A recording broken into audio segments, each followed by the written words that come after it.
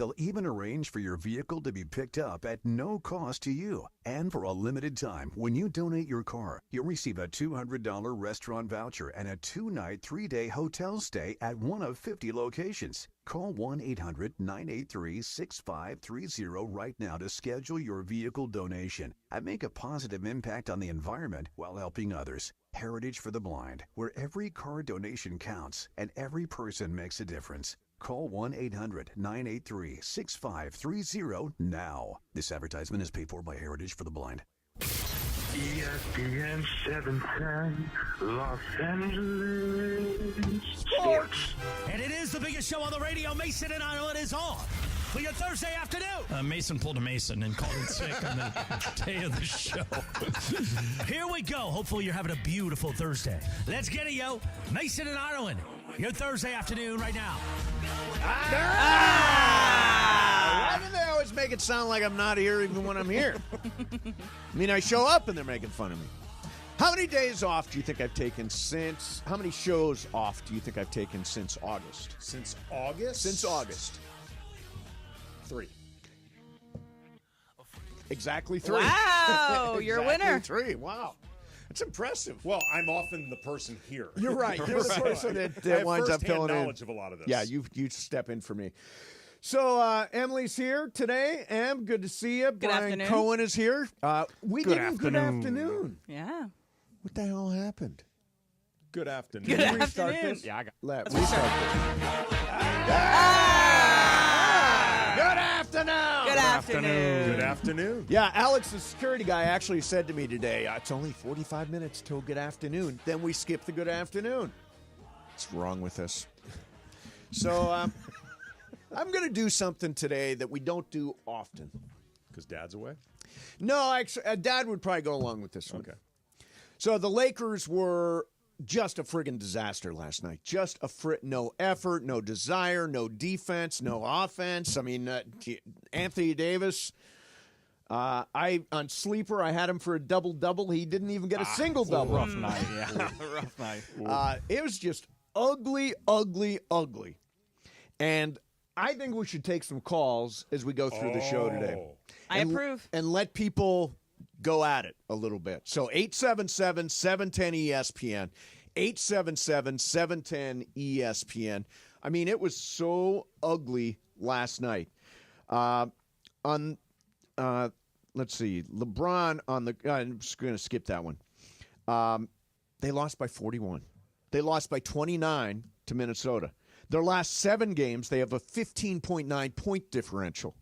They're losing games by an average of almost 16 points. Okay, I looked this up yesterday after the game because Miami shot so well from 3. They hit 24 threes in this game. Broke the all-time franchise record. Dude, they had 72 points on threes alone. So I'm like, all right, I want to see how they shoot as a team.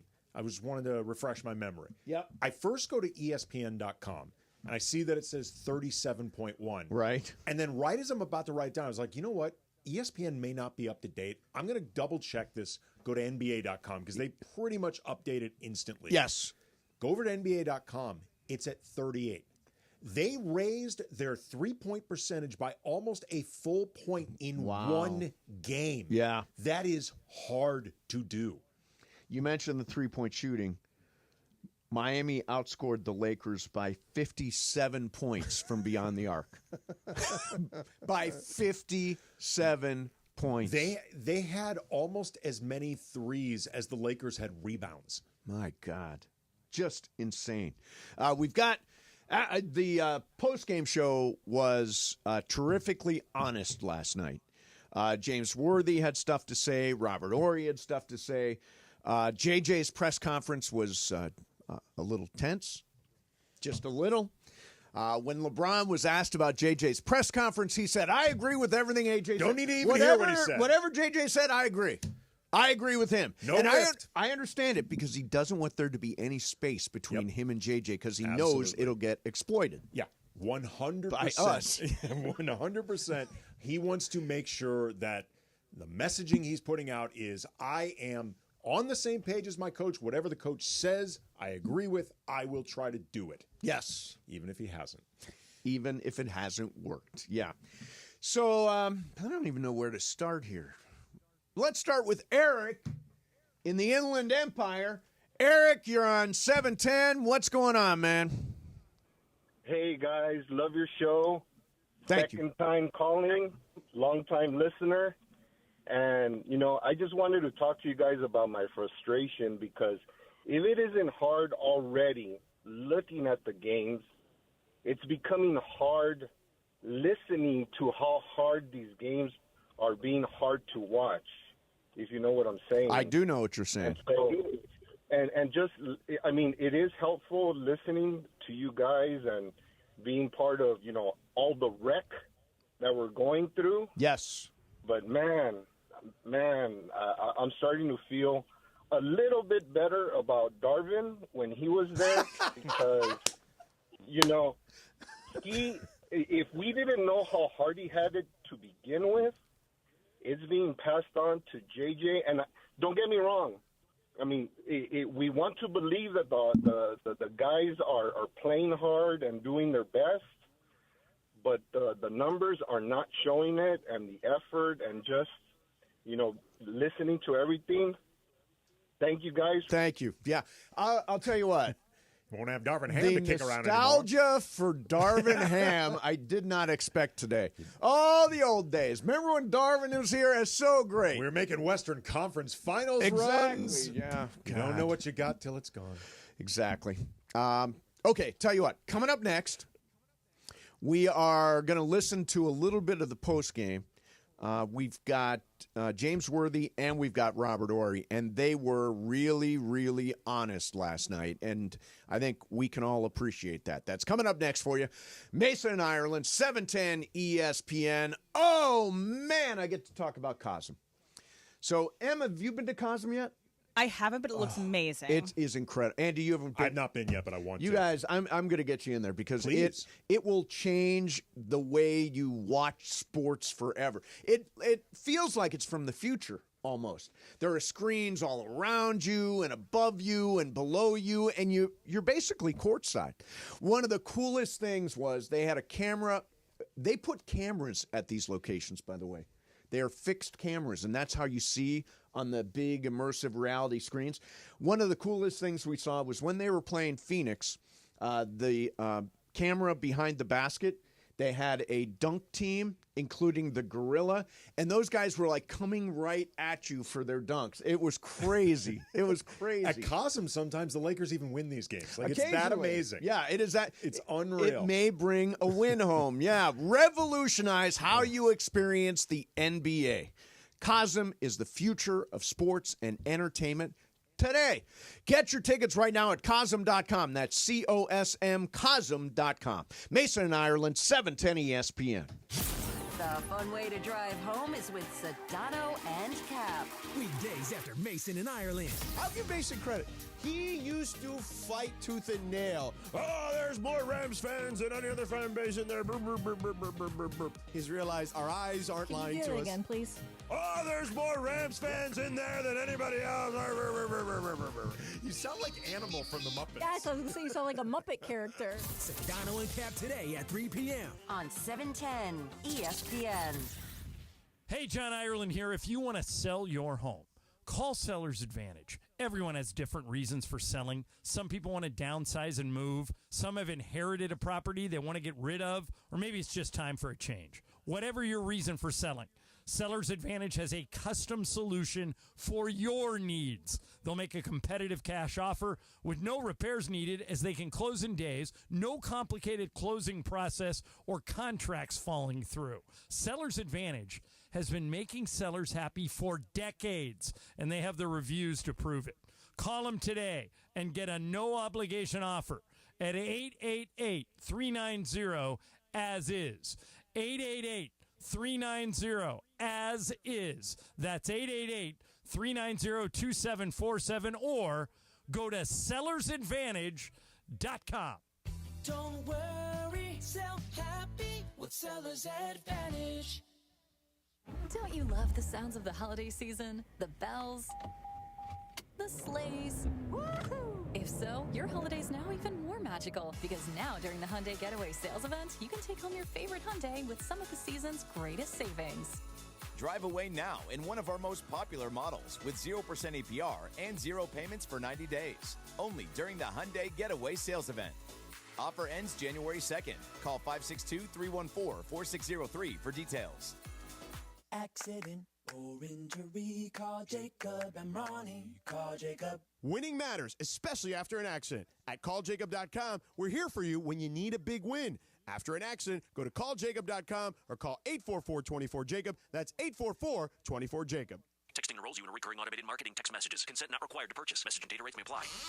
Leaving for the gym so early? I'm ready to go. Since you started taking Nugenix Total T, you've been acting like when we met in our 20s. I feel like myself again. Lower testosterone after turning 40 slowed me down. Nugenix Total T has been a game changer for me. What is it about Nugenix Total T that's different? It's a key ingredient called Tesnor. It boosts free and total testosterone to help you get back the drive and energy from your youth. Total T is backed by 5 clinical studies. I've seen the huge difference it's made for you in the gym, at work, and in the bedroom. I'm so glad I sent them a text for my complimentary bottle. Text LION to 321321 right now for your complimentary bottle of Nugenix Total T. Nugenix is the #1 selling testosterone boosting brand at GNC and Walmart. Do it now, and we'll also send you a bottle of Nugenix Thermo X, our newest, most powerful fat burner ever. Absolutely free. Text LION to 321321. That's LION to 321321. It is Mason and Ireland on 710 ESPN. Don't get it twisted, yo. The most downloaded sports radio show in Los Angeles. The podcast, that is. Mason and Ireland, the #1 most downloaded sports podcast in Los Angeles. The #1 most downloaded sports podcast in Los Angeles. And we thank all of our podcast listeners for that. If you ever miss a moment, get your fill anytime. Just search Mason and Ireland wherever you get your podcast. All right, how bad was it last night? I asked ChatGPT for alternative words for disaster. So tell me if these apply as I go through them. Catastrophe? Yeah. Yep. Calamity? Oh, yeah. Yeah. Debacle? Indeed. Fiasco? Misfortune? Not strong enough. Not strong enough. No. Devastation? Yo. Oh, yeah. Yeah. Mishap? Not strong enough. No, it's that more makes than it, a mishap. That makes it sound like just, bad luck for the Lakers. Setback? Again, I don't know if they are certainly set back, but I'm not sure that it's not specific enough. Yeah. Mess, screw up, train wreck, blunder, flop. Train wreck's good. Probably a lot of ones with curse words. Ruin, cataclysm, Armageddon. Well, have we reached Armageddon? I think we're just shy of Armageddon. It's Armageddon. If they get blown out at Atlanta, it's officially an Armageddon. Yeah. Oh, God. There's a slew of calls now blaming a particular person for what we're seeing on the court. Let's go to Julianne. You're on 710. Hi, Julianne. Hi there. Thank you for taking my call. Sure. I won't use up a lot of time. I just want to say that this whole thing with the Lakers, I don't believe it's the players' fault. I don't believe it's any coach's fault. I believe 1,000% is Rob Pelinka's fault. He doesn't know how to trade.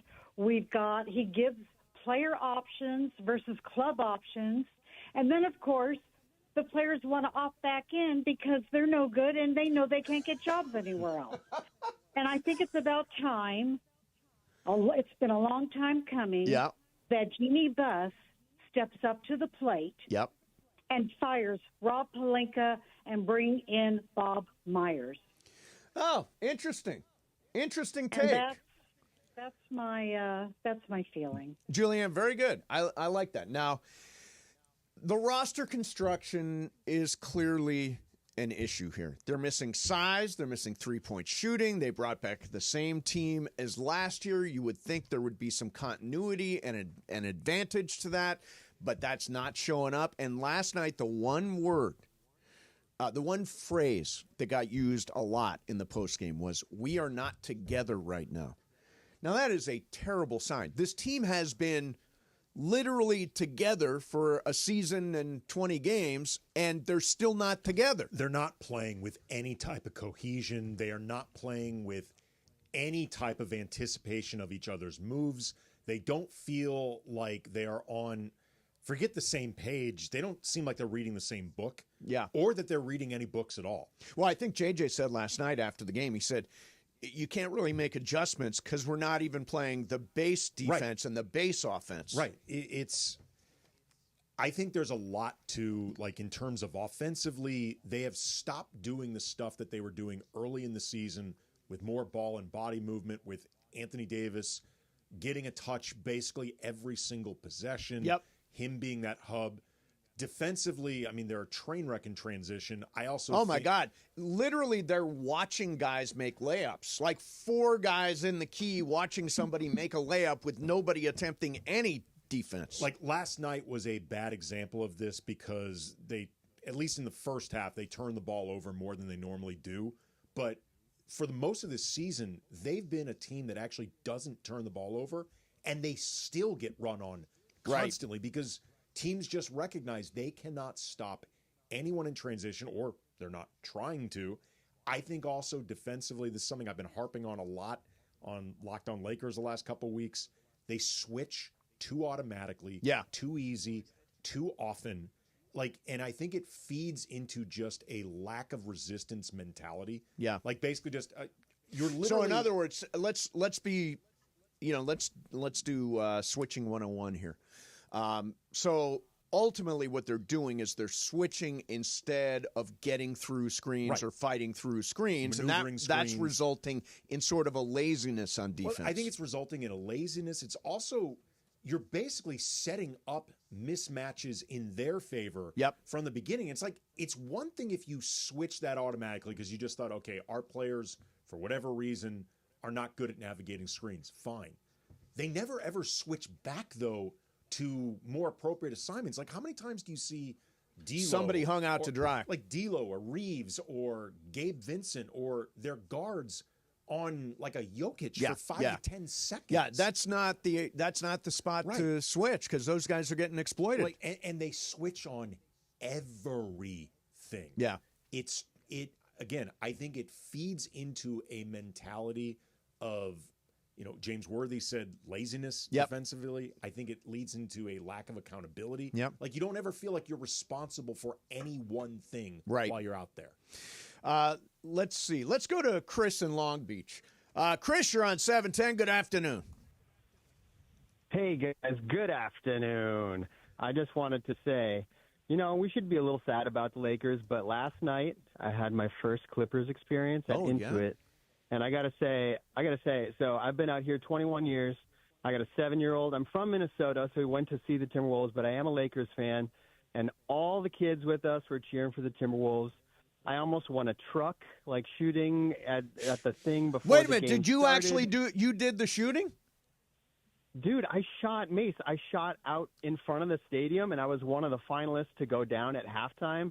And I hit like 2 out of 4 NBA threes. It was crazy. Anyways, I had an unbelievable experience, and that arena is insane. Yep. And I looked at my phone and I saw the Lakers lost by 41, and I was like, oh my God, the Clippers are trying to get me tonight. They're trying to get me to come over because the merch store was amazing. Their branding is awesome. That arena is awesome. But guess what? The Clippers were down by 44 at one point. They still suck. We're all cheering for the Lakers still. So there you go. By the way, question, they didn't get me. Question, Chris. How full was Intuit? Empty. Completely empty. Really? Yeah, completely empty. We sat wherever we wanted. We walked down to the front. Everybody was really nice. It reminded me of a Chick-fil-A because everybody's just like, no personality and just like really, really nice and sweet. Clip-filet. Very, very, the clip fillet. We'll call them the clip fillet. Clip-filet.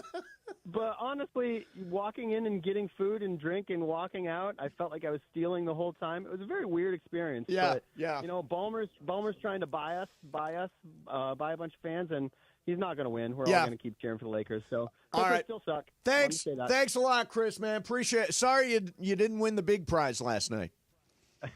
Thanks. Appreciate it. All right. He was the actual guy that got to shoot. I always think that's like that'd be the most nervous thing in the world. That half-court shot that they do at Lakers games, which I always say, do a baseball throw. Yeah. I think a baseball throw is the best. Like one-handed, hand back. One-handed, because people do a set shot and they all come up short. Yeah, not enough power. So you got to do the baseball throw if you want to hit the thing. What about a soccer throw? Like two hands? Two hands, I guess that would work too. Yeah. Steve Sanders on 90210, he hit the half-court shot at a Laker game by going baseball. Is that right? That's how he won it. By the way, I think that you've been there when it happens? Yeah.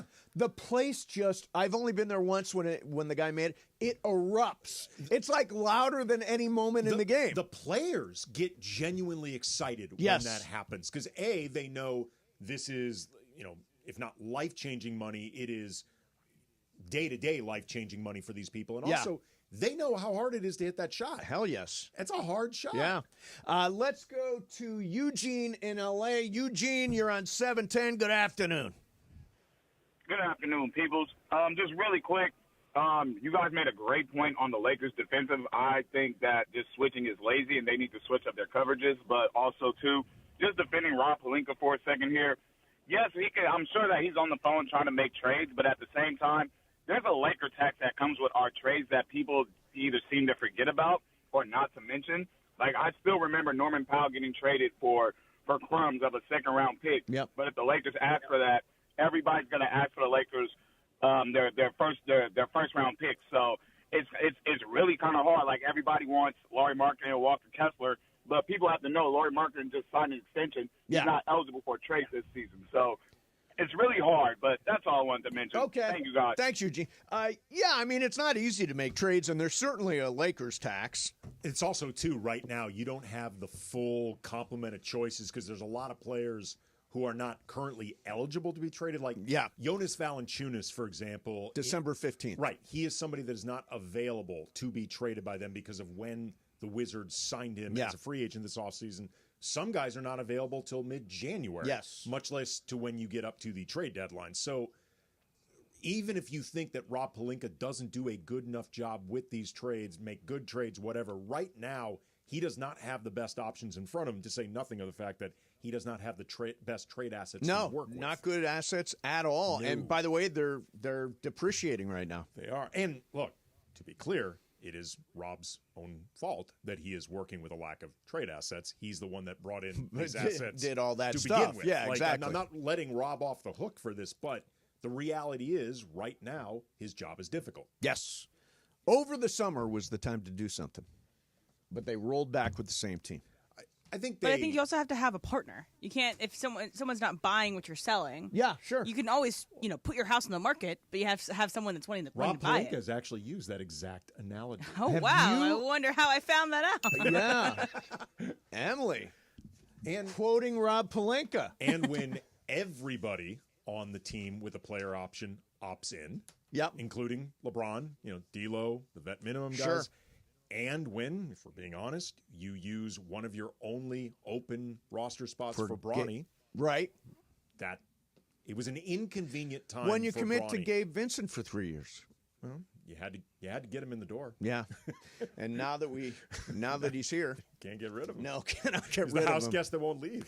All right, coming up next, we're going to spin the wheel of question. It is Lakers related. Not specifically related to last night's disaster, but Lakers related. We'll continue to get your calls in here. 877-710-ESPN. And I swear we're going to hear from Worthy and from Robert Horry in this next segment. Mason and Ireland, 710 ESPN. Whether you need a big stop late in the game. Edwards downloaded DiVincenzo. Blocked by Davis again. Another block for Anthony Davis. Here's Reeves. Lay it up and in. A 3-ball from downtown. Davis for 3. Good! Anthony Davis! Or a power slam in the paint. LeBron down the middle. Alley-oop! AD for the dunk. AD is doing it all this season. We're going to empower him as much as he wants to be empowered. If he wants to be first team All-NBA and he wants to be in the MVP conversation all year long, we're going to empower him to do that. For me, I'm just trying to be aggressive and do what I have to do to help the team win. Jay want me to be the hub, and but my job remains the same, to come out and be aggressive and let the team feed off of that. LeBron's got it. Full head of steam. LeBron to AD. Slam dunk. Catch every thrill from AD and the Lake Show this season, right here on 710 ESPN. Score a win with Amazon Pickup, the MVP of package pickup options. Amazon Pickup is a convenient and secure way to collect your Amazon packages from locations that are near you. This season, keep your holiday gifts a surprise when you choose to pick up from Amazon Locker or Counter. Whether you're hustling between home, work, or your usual game day spots, grab your packages on your schedule. Amazon Pickup is the worry-free option for the times when home delivery isn't ideal. To find your nearest Amazon Pickup location, go to amazon.com/pickupmvp. That's amazon.com/pickupmvp. Gear up and get out to Kelsey's at Pachanga, the top spot in the Temecula Valley to watch all the Monday Night Football action. Dozens of TVs means all your favorite games, plus a M&F food menu fit for the greatest fans. Sliders, loaded tater tots, pulled pork pizza, and a lot more. Plus, you'll find beers on tap and incredible craft cocktails at Kelsey's.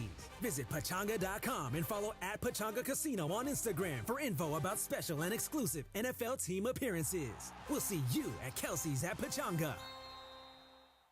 Mommy and Moana, together again. Can I get a chee-hoo?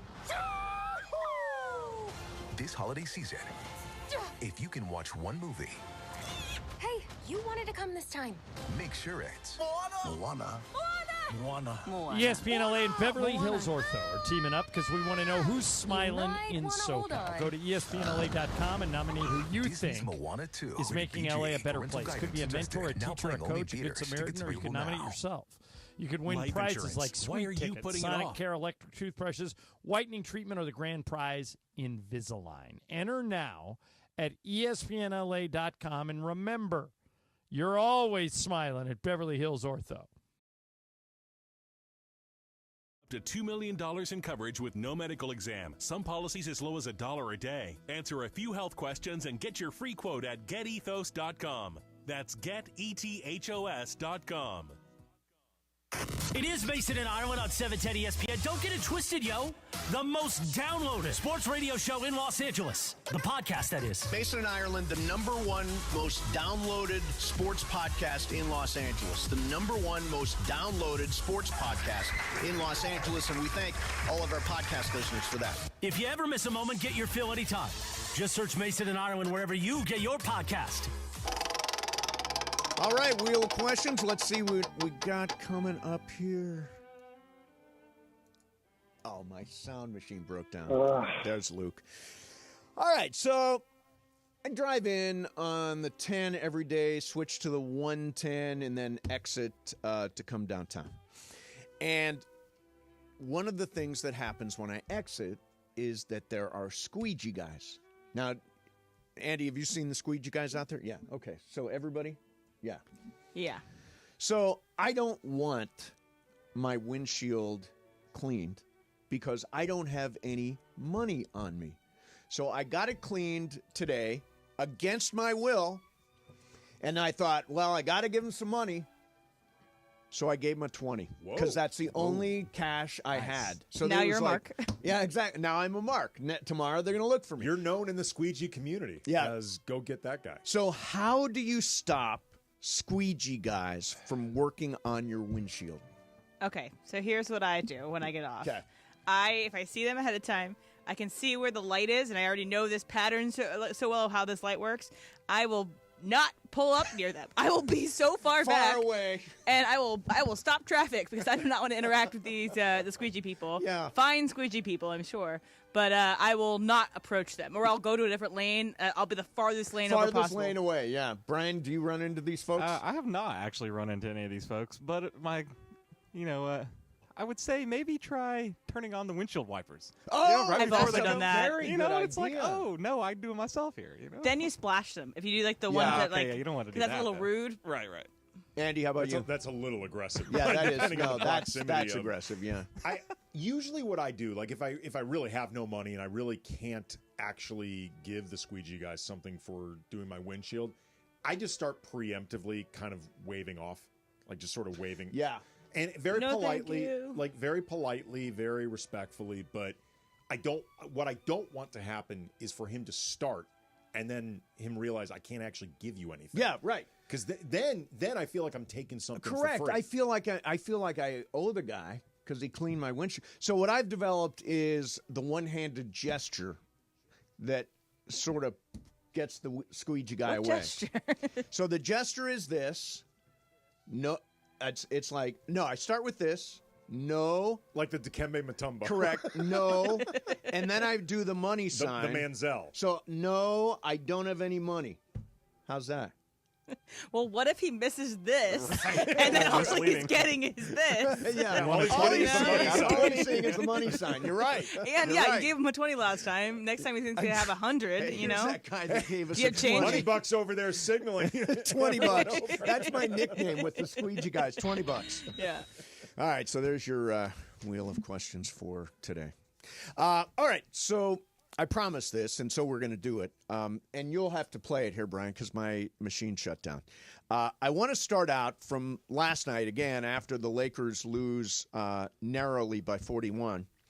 I want to listen to some of what was said on the postgame show last night, because it was pretty biting stuff. So let's start out with James Worthy from last night. It's embarrassing. This team came out of the box early season against some subpar teams, and they were able to win, and I think they kind of gave us hope. But since they've hit the teams that mean something, it's pretty bad when you're going to lose games in the NBA. But how they've been losing, it's unacceptable on the effort part. You're going to miss buckets. Offensively, you're going to have bad nights, but defensively, if you're not challenging mentally and physically your opponent, they're going to run over you. Like, Miami's a serious team. And so I don't know, man. This trend is not cool, and it's just not cool. I mean, they need to get on the bus tonight, get some White Castle burgers, and drive to Atlanta. And they need to think about who they are and what they need to do, because what they're doing right now ain't even close to Laker basketball. Not even close. Not even close. I thought James said something really interesting there, because the truth of the matter is the Heat are not a good team right now. Right. Like on Lakers Talk a couple days ago, the show I do here weekly, I had on Wes Goldberg, the co-host of Locked on Heat. Okay. And we were talking about how both teams, at the time, Miami was one game below 500. They have been scuffling. Jimmy Butler's not had a great season. Bam Adebayo's not had a great season. But Miami's always serious. Yeah. I thought it was interesting that James used the word serious in describing Miami. Like, even when Miami isn't good. Heat culture. Even when Miami is not good, they're always serious. Right. The Lakers right now do not forget how badly they're playing. Right. They don't look like a serious team right now. And we always joke about Heat culture, but what is the Lakers? What is the Lakers' identity? What is Lakers basketball? It clearly is not what we saw last night. I mean, honestly, over the last decade or so, the identity of this franchise has been grab stars, fire coaches. Yeah. Like, that's actually been the identity. Like, what have the Lakers been most known for over, like, the last decade? Chasing stars, firing coaches. Yeah, it's true. And I guess I don't think this is surprising. Although, is it possible that there's some internal conflict there that is causing this in some way? When I hear over and over again, we're not together right now, we're not on the same page right now, is there something? Anthony Davis looks absolutely dejected and disconnected. I mean, is something going on? Look, for what it's worth, I have not heard anything. I haven't either. Like, in terms of... I'm just speculating. Right, sure. But just for what it's worth, I've not heard anything about internal issues. Right. But it's very clear they have abandoned a lot of what they did early in the season. Yep. Like, when people were actually excited about this team and how they might look, basically the same roster, but with a new coach and hopefully more excited to be there, yep, they were actually playing differently. They're not doing a lot of what they were doing early on in the season. They often look super impatient to me, like they don't want to bother actually going through all the steps of the process in order to try to get the best shot, the best look. And then again, defensively... Oh, my God, try. Yeah. I mean, really. No, the word is try. That is actually a lot of it. Like, it gets back to, I think they need to stop switching so automatically. Yeah. Maybe they don't have the best personnel to navigate screen, stuff like that. But like last year, D'Lo, Rui, like they weren't good at it, but they were working harder at it. Like, I feel like the way they are switching now, it is bleeding into just a lack of defensive mentality. Yes. And you look at, there was always this idea that what we were looking at when they were playing well was fool's gold because they were playing some awful teams and they racked up some wins that way. And now that the schedule toughens up and they go on the road, maybe it was fool's gold all along. I don't know. I mean, honestly, I don't know. They may not have been as good as their record, but at the same time, it's basically the same roster as last year. And last year's roster was not terrible. Yeah, like they were not great, but they were not terrible. They were either. the 7th seed. Right. They won 47 games. Right, exactly. That team I saw last night is not going to win 47 games. Not the way they're playing, obviously. No, I mean that's what I'm saying. Like, I don't know how much of this is true fool's gold versus they are flat out underachieving. Yeah. Like, even bad teams, even like the Wizards, who I think they're sitting on 2 or 3 wins, they don't lose by 41 regularly. Right. Like, they're performing bad even by lottery team standards. Let me get Jeff in La Crescenta in here. He's got some advice for me. Jeff, you're on 710. Good afternoon. Hi, how are you? Great, man. Great. Hey, I love your guys' show. I'm here, like, I literally listen religiously every day. Cool. Thanks, man. I am one. I used to, even when you were on TV, and I love Ireland, but I am one of those guys. I'm in an unfortunate situation. Okay. And I do literally, like, sometimes it's Walmart or Home Depot, or the corner. But I will say, nobody takes offense. Nobody takes offense. You're going, okay, hey, you know what? I don't need it today. All right, well, hey, thank you. I appreciate you being nice. You know what? Instead of, some people that are, can be really rude. Right. Well, I'm never really rude at you all. want to be respectful. But I do appreciate that, the folks that are doing that are probably having a tough time financially, economically, all that stuff. So, yeah, I don't mean to demean what's going on. It's just some days I don't need it. You're saying just signal, no, not today. Yeah, absolutely. And you know what? We're all that way. That's human. Some days we're just like, hey, you know what? Can I just get home, please? Yeah. I had a long day. Oh, yeah. Yeah. So for me, it's not a big deal. So, you wave it off and it's like, hey, okay, next guy. Okay. Listen, Jeff, we wish you luck with what you're dealing with and hope you have a good holiday season, okay? No, you guys too. Have a great holiday. Merry Christmas. I hope you guys have an amazing time. All right. Awesome, man. So, yeah, there's the other side of it. Folks that are doing that are struggling probably with their finances. Again, you always just, however you treat anybody in any scenario, you just want to be respectful first and foremost, like regardless of the actual outcome. This has just come in. University of North Carolina has officially interviewed Bill Belichick for its head coaching vacancy. So we keep expecting him to go NFL. Mm-hmm. He did accept this interview. North Carolina is, Mac Brown had some success there. It's possible to win there. Isn't he a meme? Like I think there's been Mac Brown memes in the past. Has there? Probably. I mean, of most people. But right? Drake May was his quarterback. They had competed for conference championships at a UNC. UNC could have success. This is from 24/7 Sports in North Carolina, inside Carolina. Would be interesting. Would be weird. I think that you think that Bill Belichick would return to coaching to get that the record for most wins by an NFL coach. So I don't know if he would go back to coaching in college, but here's the interesting thing about that. We keep saying wherever Bill Belichick goes, he wants complete control. That's why I've said, Dallas, no, definitely not. Yeah, maybe his girlfriend goes there.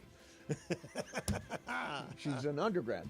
So is he keeping tabs on her? Is that what this is? Yeah. No, but he can have complete control at a collegiate program. That's a place where you can say, look, this is mine. I'm making all the decisions. I'm Bill Belichick. I won a lot of Super Bowls. Mm-hmm. Listen to me or else. But it's also a really hard job. You got to recruit. You got to deal with NIL. Yeah, that's true. He may not want the recruiting part of stuff, the NIL of it all. Yeah. It'd be difficult. It does. Look, I got to be honest. For somebody like Bill Belichick, who is a total made guy, like you had mentioned Emily, him not going back to the pros to get the all-time record for wins, Bill Belichick doesn't need it. Like, right. He does not need to own that record in order to be like on the short list. He's a really big. He's a historian of the game. Sure, he would like to be that person who's the winningest head coach in NFL history. Absolutely. I'm not saying that he wouldn't want it. I'm just saying he doesn't need it. Right. At his age, I got to be honest. All of this seems like a pain in the ass. Like, I would not want to do any of this. I wouldn't want to do any of Belichick. it either. I mean, how old is Bill? He's probably 70-something. He's got to be in his 70s. Yeah, I mean 70-something. He is 72. 72.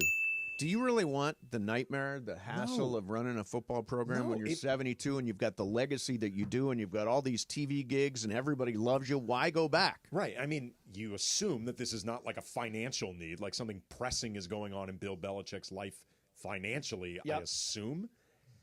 I don't get why he'd do it. I mean, I know these guys are wired super competitive, and they get that itch, and they want to scratch it, and they miss it. I'm sure they miss the limelight, they miss the adulations, all that. But, dude, just relax. Enjoy life. Yeah, have fun. You've got a girlfriend you really like? Go to a kegger with her?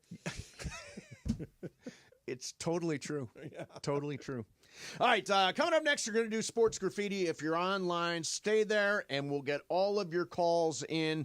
The Lakers disaster fiasco last night in Miami. We'll get to all that stuff. We'll also hear from Robert Horry. You know, I love my Hyundai. And right now, the Getaway Sales Event is going on with all of your favorite Hyundai vehicles in the season's greatest savings. Like, for example, I drive a Hyundai Elantra, which I absolutely love. When I got my Elantra, I tried a bunch of them. Like I tried, SUVs aren't for me, but you may love the Santa Fe or the Tucson. The Kona is actually really cool. I love the Sonata. I came very close to getting a Sonata, and I came very close to getting the Ioniq 6, which is fantastic. You can drive away now with 0% APR and 0 payments for 90 days. Best part, every Hyundai comes standard with America's best warranty. So act now. Head on over to the Hyundai Getaway Sales Event at your SoCal Hyundai dealer today. Offer ends January 2nd. You can call 562-314-4603 for details. That's 562-314-4603. Mason and Ireland, 710 ESPN. 710 ESPN, the destination for Park Party and Play at Hollywood Park Casino. Listen to Travis and DeMarco to win the ultimate game day prize pack. VIP tailgate passes plus game day tickets. Listen to your cue to call and don't miss your chance to win the ultimate game day experience. Park Party and Play with me at Hollywood Park Casino. Must be 21 and older to enter.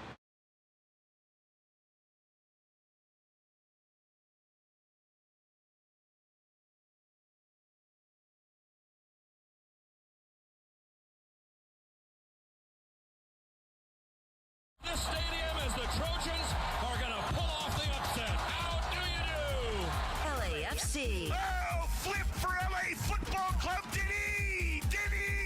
The LA Kings and Angels Baseball. The all-new ESPN LA app. Your destination for LA sports.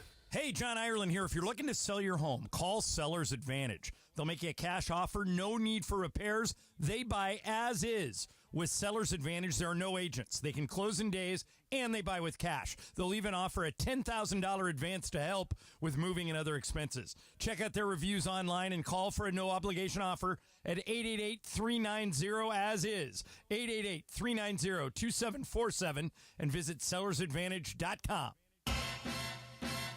All you gotta do is go to Morongo and get 15 gifts in 15 days, and you'll be halfway done with my list. Hello, Ma. Now your top reasons to visit Morongo. 15 days of gift-a-day giveaways. Earn 500 points on your rewards card and get that day's gift. Weekdays, starting the 2nd. Number 2. The 20th anniversary marketplace special for only $20. Mondays. And the number 1 reason. Laughter with Earthquake. Live January 25th. Morongo, good times. Lakers fans, this holiday season, take the Lakers everywhere you go with the Lakers app. Presented by BBGO. In the Lakers app, get the latest team news, live updates, in-game highlights, photos, and more. Available in the App Store for free Don't miss any of the action as the season continues. And always be game day ready. The Lakers app has you covered. Download now to your iPhone or Android. And let's go Lake Show.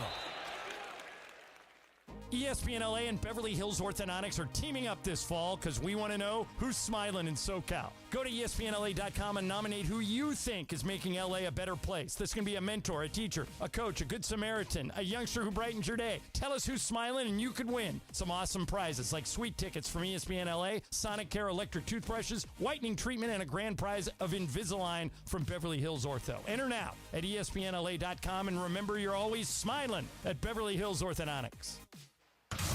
Hi, it's LeBron. The Lakers play here. 710 ESPN. KSPN, Los Angeles. A good karma brands radio station. It is Mason and Ireland on 710 ESPN. Don't get it twisted, yo. The most downloaded sports radio show in Los Angeles. The podcast, that is. Mason and Ireland, the #1 most downloaded sports podcast in Los Angeles. The #1 most downloaded sports podcast in Los Angeles. And we thank all of our podcast listeners for that. If you ever miss a moment, get your fill anytime. Just search Mason and Ireland wherever you get your podcast. All right. Win, lose, Lakers for life, baby. Let's go. I thought I'd cheer everybody up a little bit with that one. We're going to take some calls right now for Sports Graffiti. You're going to regret this. All right, let's go.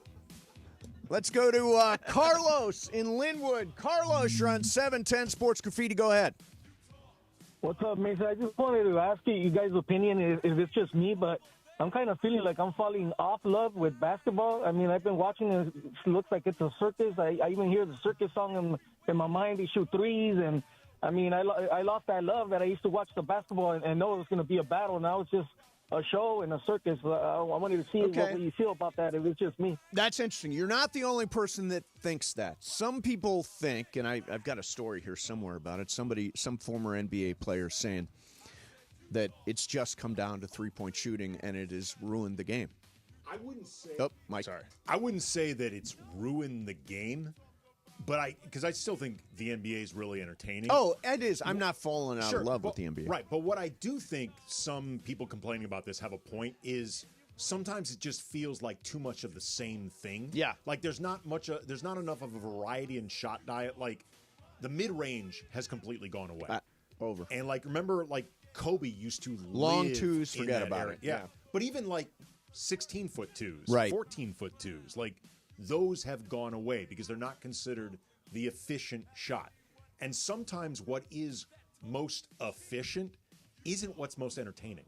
Right. You know what I'd like to get rid of? Corner threes. Make them worth two. Oh, yeah. Yeah. Make them worth two. Let's go to Chad in Irvine. Hey, Chad, you're on 710 Sports Graffiti. Go ahead. Hey, fellas, great show. Thanks, hey, I just wanted to say we're into year 5 now of post-championship Lakers. They have no identity. If you ask Rob and you ask J.J. Redick what their identity is, I don't even think they could tell you. A goal without a plan is a dream, and that's where the Lakers are right now. I like great show, that guys. Thanks so line. much. Thank you. A goal without a plan is a dream. Is just a dream. Oh, it's yeah, just goal a without dream. a plan, just a dream. That sounds like a tagline for like a movie, like a heist movie. Maybe. I don't know. It does. Let's go to Carlos. It's not bad, actually. It's a tagline. It's pretty good. Carlos in Orange County. Carlos, good afternoon. Good afternoon, fellas. So here's my point, man. You know, I'm going to ride with the Lakers no matter what, from when LeBron's here to when LeBron's gone. So no matter what. So it's just, you know, a patch in the road right now. But another point I wanted to get into is my LA Galaxy, baby. Let's go this weekend playing for the 6th title. Nothing to do with LAFC. That's the B team. LAFC is the Clippers of MLS soccer. Well, let's go Galaxy. All right, thanks for the call. Of course, LAFC more recently won the MLS title than the Galaxy did. But the Galaxy have won. No, look. They've got, I think 4 or 5 wins. At the end of the day, if we can't have LAFC, our partners, win it all, we'd like to see an LA team win it all. Go ahead, Galaxy. I think that'd be cool if you won. Let's go to Josh all the way from Orlando. Josh, you're on 710. Good afternoon. Hey, leave my Chick-fil-A Clippers out of this. Really quick, guys.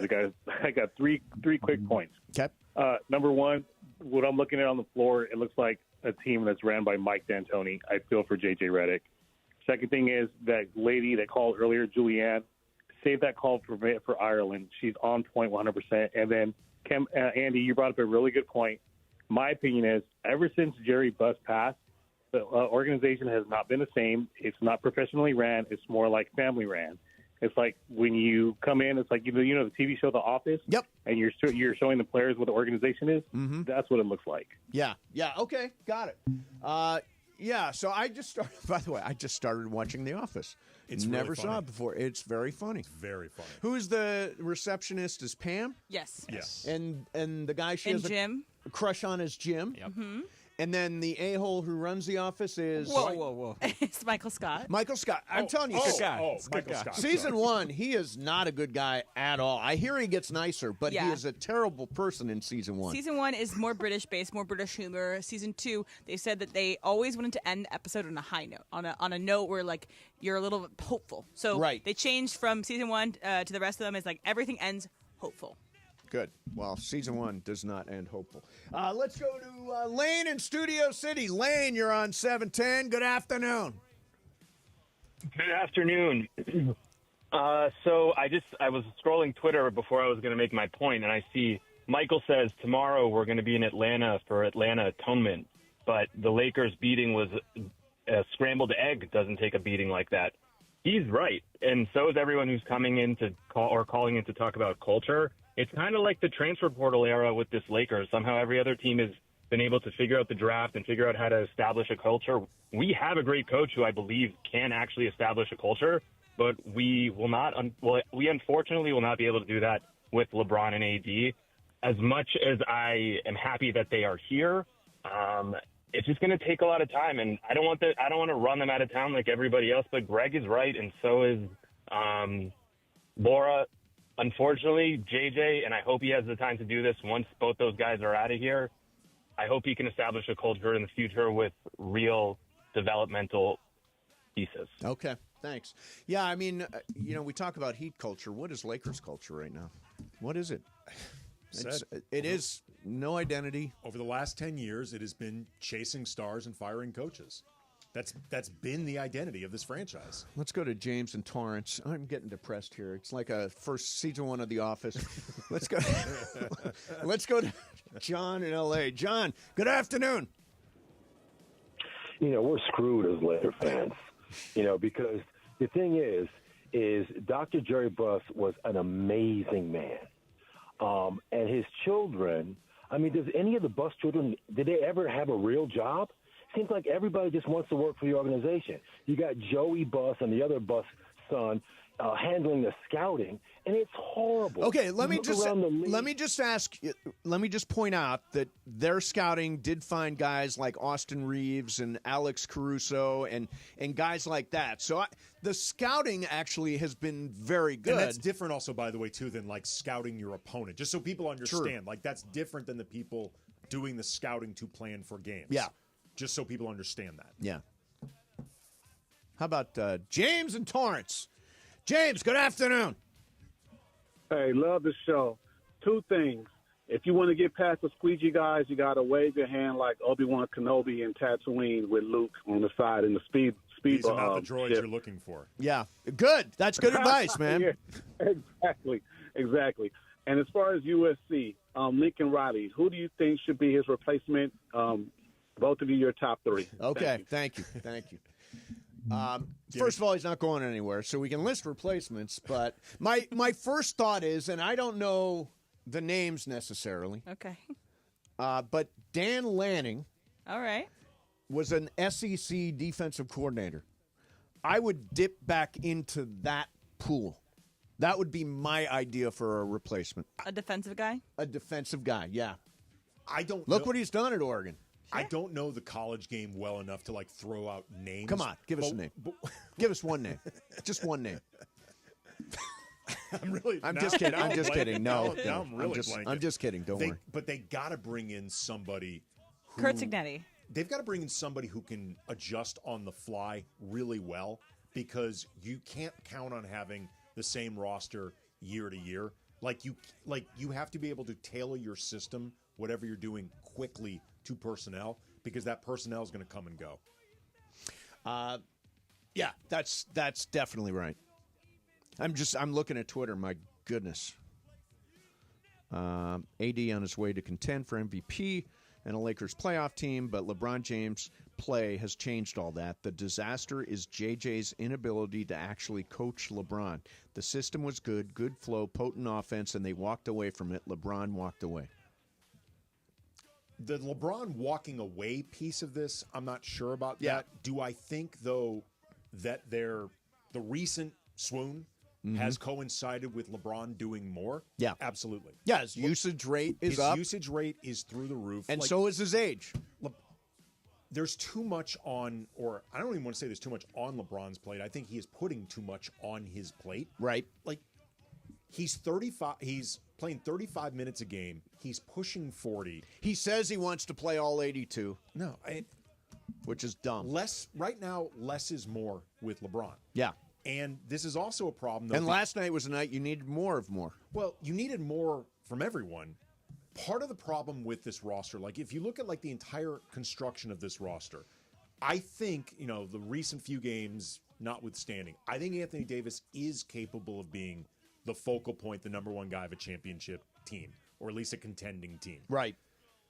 I am not as convinced that LeBron can consistently be the number two that you need on a game-in, game-out 82-game basis, because the goal is always trying to take things off his plate. Right. Make life easier. Sure. You don't typically do that for your number two guy. When they make life easier, there's nobody else to make it hard on. Right? Nobody else can. We don't have a guy that can step up. Like, LeBron defensively at this point, he is a massive liability. And he's playing like 35 minutes a game as a liability. And you're trying to make his life easier offensively, too. So then you get to the next guy, Austin Reeves, who I think is a good player. Yeah. But this roster was designed for Austin Reeves to be the legit third best player on a championship team. Right. He's not good enough for Okay, that. so let me ask you. I'm going to spin the way Ireland would. Yeah, but guys, they're playing 5 games in 7 nights, and they're dealing with injury, Austin Reeves, so it's not excusable, but obviously there are mitigating circumstances. But there's always mitigating circumstances. Like you don't true. You don't get to play your season mitigating circumstances free. Yeah. Like there always are. Yeah. Like you have to be able to handle the mitigating circumstances. They're excuses. Those are just excuses. Look, you can actually say that their context, like their explanations, like that's true. Yeah. But you still have to be able to work through it. Yeah. Because unless your game plan is everything breaks perfectly, you're kind of screwed then. Yeah. But I think a lot of this is roster construction. Like this is something I've said. A ton of it is roster construction. Something I've said before, and I want to make it clear. This is not me caping for Rob Pelinka. Like ultimately, if Rob's job is hard, that's why he gets paid the big bucks. Figure it out. But a lot of times people say, like, you've got LeBron and AD. It shouldn't be that hard. Yeah. Building a roster around LeBron at this stage of his career, I think, is a lot harder than people recognize. And it's gotten trickier as we go along. Yep. All right. Michelle Smallman. Smalls from Unsportsmanlike. Nice little break from this. Is going to join us coming up next. We'll do some gambling, some NFL gambling. Smalls has always got great information to share with us. She's from Unsportsmanlike every morning here on 710. Unsportsmanlike with Evan Canty and Michelle. We've got the Michelle of the whole thing coming up next. Mason and Ireland, 710 ESPN. You never have to miss a moment of LA's mega sports station. Get the all-new ESPN LA Park Party and Play at Hollywood Park Casino. Listen to Travis and DeMarco to win the ultimate game day prize pack. VIP tailgate passes plus game day tickets. Listen to your cue to call and don't miss your chance to win the ultimate game day experience. Park Party and Play with me at Hollywood Park Casino. Must be 21 and older to enter. 1-877 cards for kids. Donate your card today. Hurry! It's your last chance to donate for 2024. Cars for kids. KARDS. K-A-R-S, Cars for Kids. 1-877 Cars for Kids.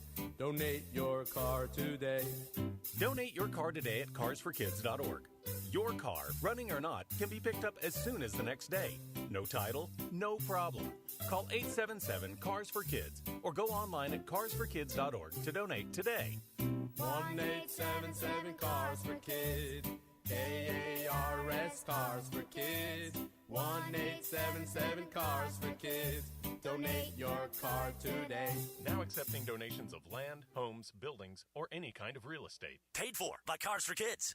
You never expect a game-ending double play, walk-off grand slam in the World Series, or getting into an accident. Hey, it's Travis with DeMarco and Evan Kohler. Only one all-star team you can call to pinch hit for you. The personal injury law offices of Joseph S. Normand. Visit normandlegal.com or call this number, 213-747-2000. Don't get struck out by others. Joseph will help you achieve the maximum compensation that you deserve. Visit normandlegal.com or call 213-747-2000. Let Joseph and his team hit it out of the park for you. Harry Douglas here. Say goodbye to bulky, clunky shavers that clutter your bathroom. Not only do you get an incredible shave, Panasonic's Palm Razor has a sleek, elegant design that adds a touch of sophistication to your bathroom. It also conveniently charges with a USB cord. Visit shop.panasonic.com/sports to shop for the Palm Razor. Use promo code Harry for 10% off exclusively for ESPN radio listeners. That's shop.panasonic.com/sports, promo code Harry. Individuals and businesses with tax problems, listen carefully. If you owe over $10,000 in back taxes or have unfiled tax returns, U.S. Tax Shield can help you take back control. The IRS can seize your bank accounts, garnish your paycheck, close your business, and file criminal charges. Our team of tax attorneys can stop collections and get you protected. U.S. Tax Shield offers a price protection guaranteed quote to get you protected today. U.S. Tax Shield is A+ rated with the BBB, so call 800-494-6139. U.S. Tax Shield, 800-494-6139. It is Mason and Ireland on 710 ESPN. Don't get it twisted, yo.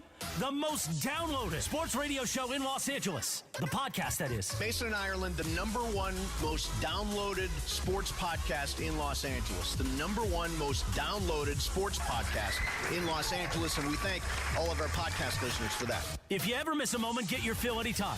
Just search Mason and Ireland wherever you get your podcast. Smalls is coming up in 30 seconds, and what do you got? All right, we got. She's brought to us by Prize Picks. Download the app today and use code 710 and get $50 instantly after you play your first $5 lineup. It is a highly encouraged to. Oh, well, that's it. That's the whole read. Oh, wait a minute. Did you? I Ron Burgundy that one. We have all read the instructions. No. Yeah. Prize Picks, run your game. I've done it like 5 times. I've done it before. It's all right. Joining us right now is Michelle Smallman from Unsportsmanlike with Evan Canty and Michelle. Smalls, what's happening? What's up, guys? How we doing? I run Burgundy everything, so that's something I think we've all done. So we are in a terrible mood. We are very upset. It is a sad day in Los Angeles, so it is your job to cheer us up. The Lakers lost by a mere 41 points last night.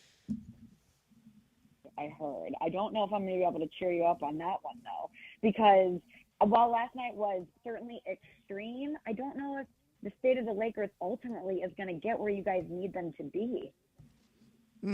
This team won. This team won 47 games last year. This group. And they're certainly not headed there at the moment. No. We talked about it this morning on the show. When LeBron James, at this stage of his career, is still the centerpiece and the heartbeat of your organization, and what you're going to have to live and die by, that's going to be problematic. He's obviously beaten Father Time for so long, but inevitably Father Time always wins. And I just look at Anthony Davis, and I need him to be better. Oof. There's questions about the surrounding cast, and I thought after the Olympics, after what we saw from LeBron and Anthony Davis in the Olympics, that we would see a different, more energized version of the Lakers, but I don't know, guys. I don't know if we're ultimately going to get there. Yeah, I don't but know. Maybe we'll cheer you up if we talk football. Yeah, let's talk a little football. So there is a fantastic Thursday night game tonight.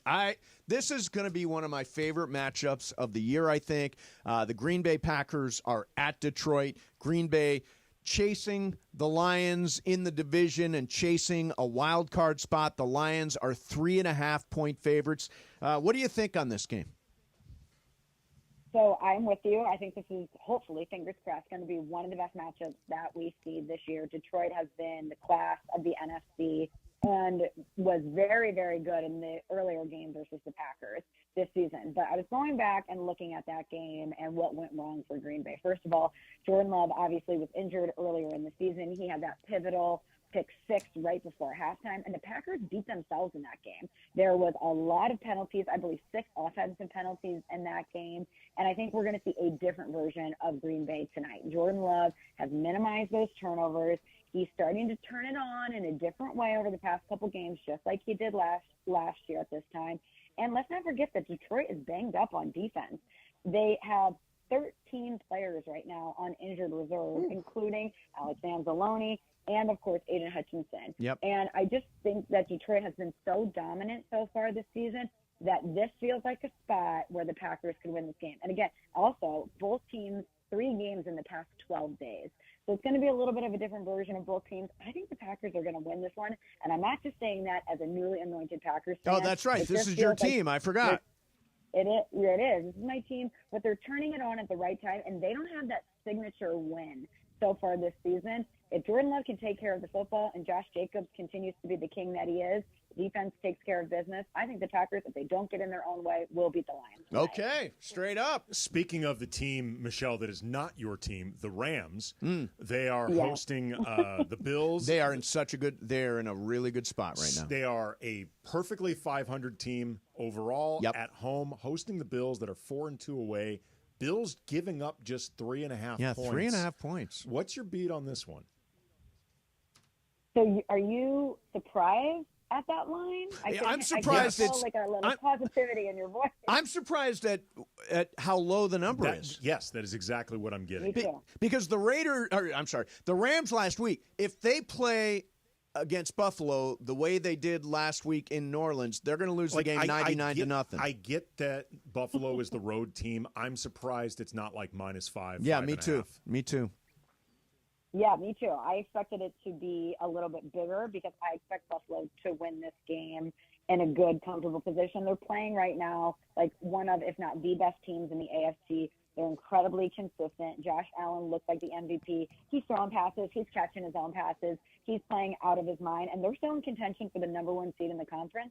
So they're going to be hungry. And while the Rams are also hungry because they are in a good position in the NFC West and they need every single win they can get down the stretch here, they've been so inconsistent. There's moments when I think that the Rams really look like a team that can be a real contender in the NFC, and then there's times where they absolutely look like a team that's going to miss the playoffs and that I don't have confidence in. So because of that inconsistency, I think Buffalo wins. How many times, if they played 10 times, if Buffalo and the Rams played 10 times, how many times would the Rams win? Is it in Buffalo? Neutral field? At SoFi. At SoFi. If okay. Buffalo and the Rams not played in the 10 Alamo. times, how many times do the Rams win? 3. See, so there's a chance. Do you think that this weekend is one of the 3, Michelle? I do not. I don't. Unfortunately, I don't. I don't. I'm really high on the Bills. They look really strong. It feels like this is a different version of Josh Allen that we've seen. He's taking better care of the football. He's just firing on all cylinders right now. And as great as I think Matt Stafford and Sean McVay are, and Puka Nacua and Cooper Kupp when they're healthy, it feels like the Bills are on a different level this year. So Yeah. I will give them the edge. Here's what I heard. 3 of 10. That means there's a 30% chance that the Rams win the game. Thank you for that. Positivity. Vegas. We got a lot of Vegas fans, Raiders fans in L.A. They are at Tampa Bay this week. The Raiders have been awful, and Tampa's scrapping. What do you like? Definitely like Tampa Bay in this one. They are scrapping. They're still alive. They're trying to lock up a playoff spot, and this feels like one of those moments against a Vegas Raiders team that isn't that good, even though they played the Kansas City Chiefs hard. This feels like a spot for Tampa Bay to get another victory. I was really pulling for the Raiders, by the way, to beat the Chiefs. The Chiefs have been playing so many close games, and that just felt like I tried to implore my co-host to pick the Raiders to make it close in that one, and I'll pick them chunks. They didn't listen to me. I did So take the even though number on Raiders- that. I took the points. You It was a did. lot of points.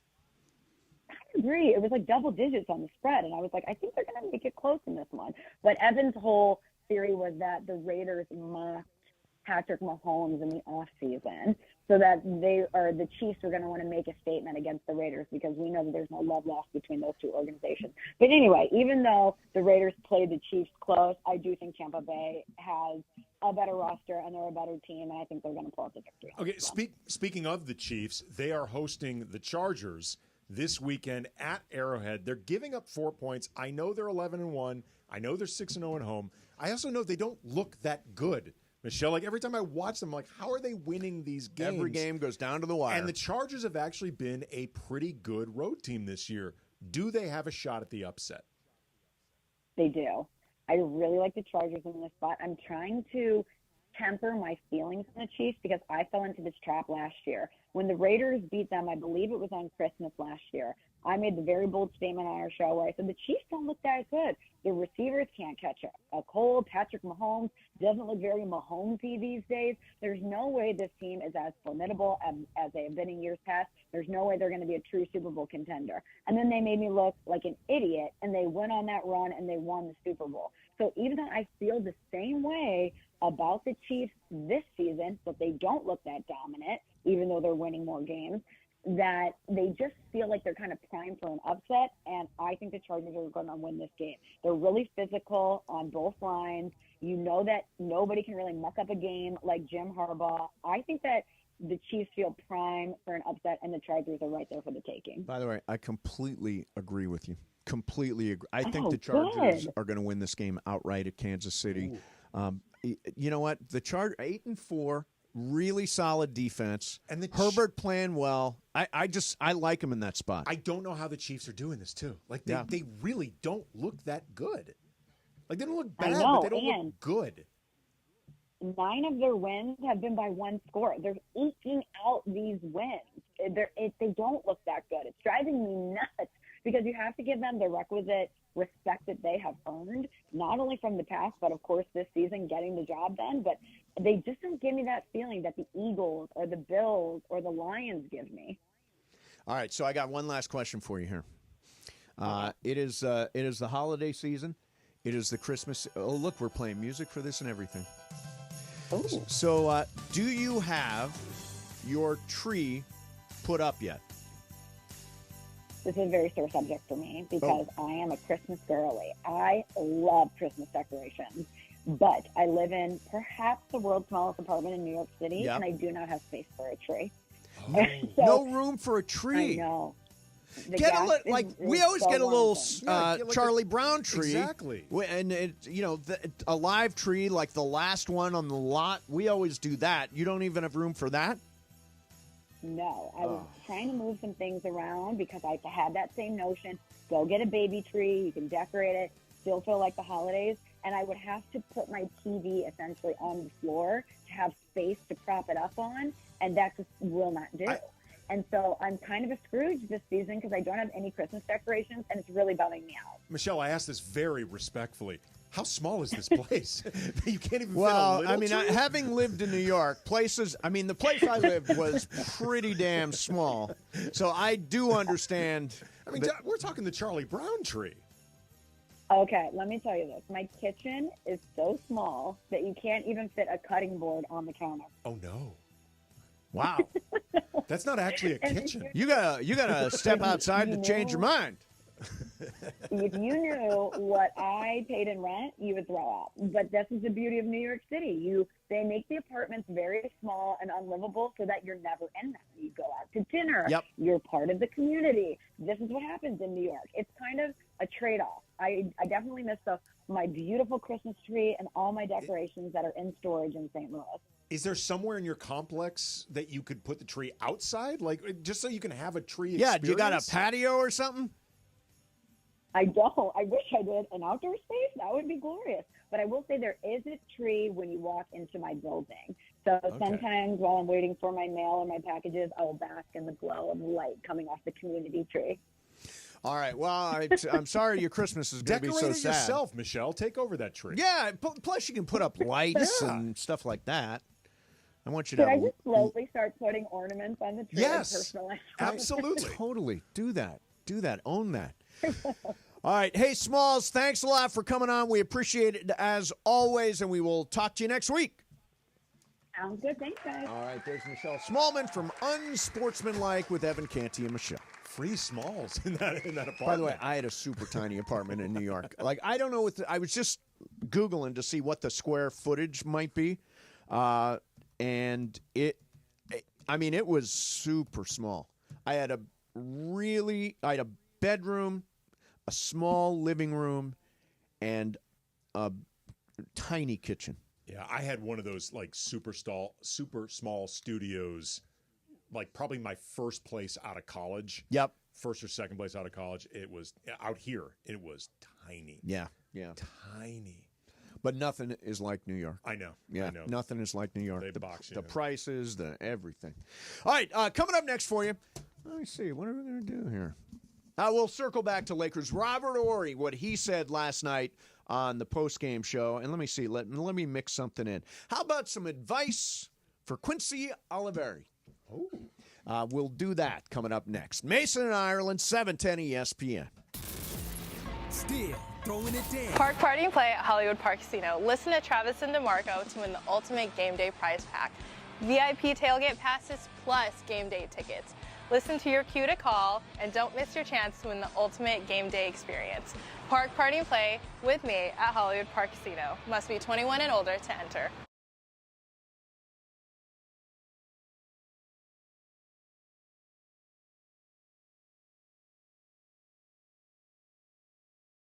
ESPN LA and Beverly Hills Ortho are teaming up because we want to know who's smiling in SoCal. Go to ESPNLA.com and nominate who you think is making LA a better place. Could be a mentor, a teacher, a coach, a good Samaritan, or you could nominate yourself. You could win prizes like sweet tickets, Sonic Care electric toothbrushes, whitening treatment, or the grand prize, Invisalign. Enter now at ESPNLA.com, and remember, you're always smiling at Beverly Hills Ortho.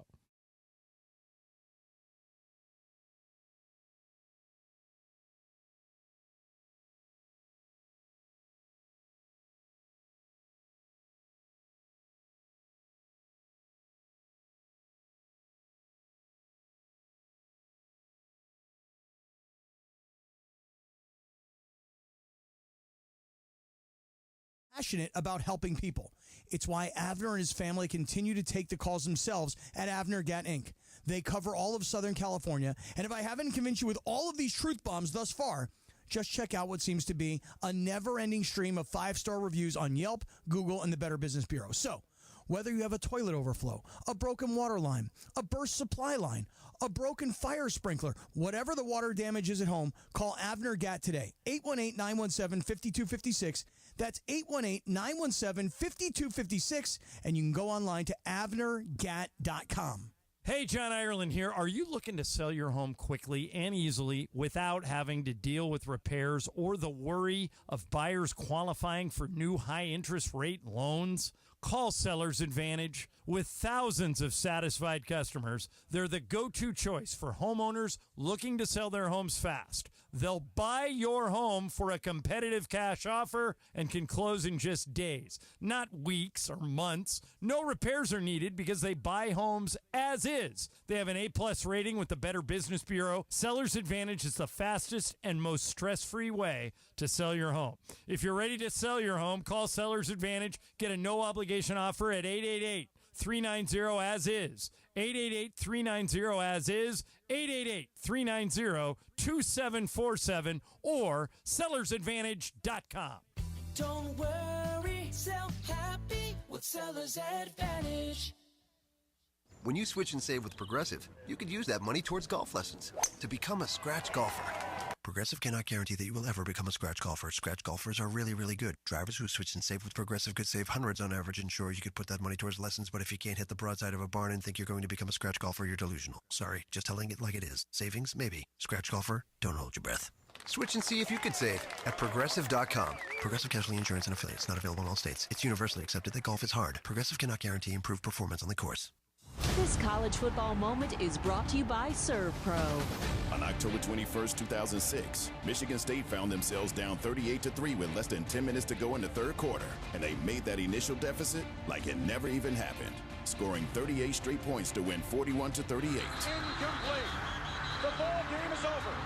The Michigan State Spartans in one of the greatest comebacks in Michigan State football history. ServPro, like it never even happened. It is Mason and Ireland on 710 ESPN. Don't get it twisted, yo. The most downloaded sports radio show in Los Angeles. The podcast, that is. Mason and Ireland, the #1 most downloaded sports podcast in Los Angeles. The #1 most downloaded sports podcast in Los Angeles. And we thank all of our podcast listeners for that. If you ever miss a moment, get your fill anytime. Just search Mason and Ireland wherever you get your podcast. Lakers lose by 41 last night. Is that a lot?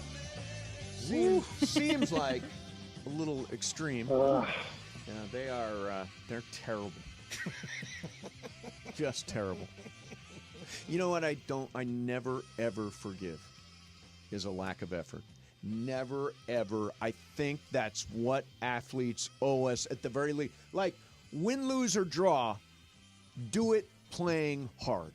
And last night was an embarrassment because nobody was playing hard. Okay, I'm reading in the rundown from Emily that she sent us this morning.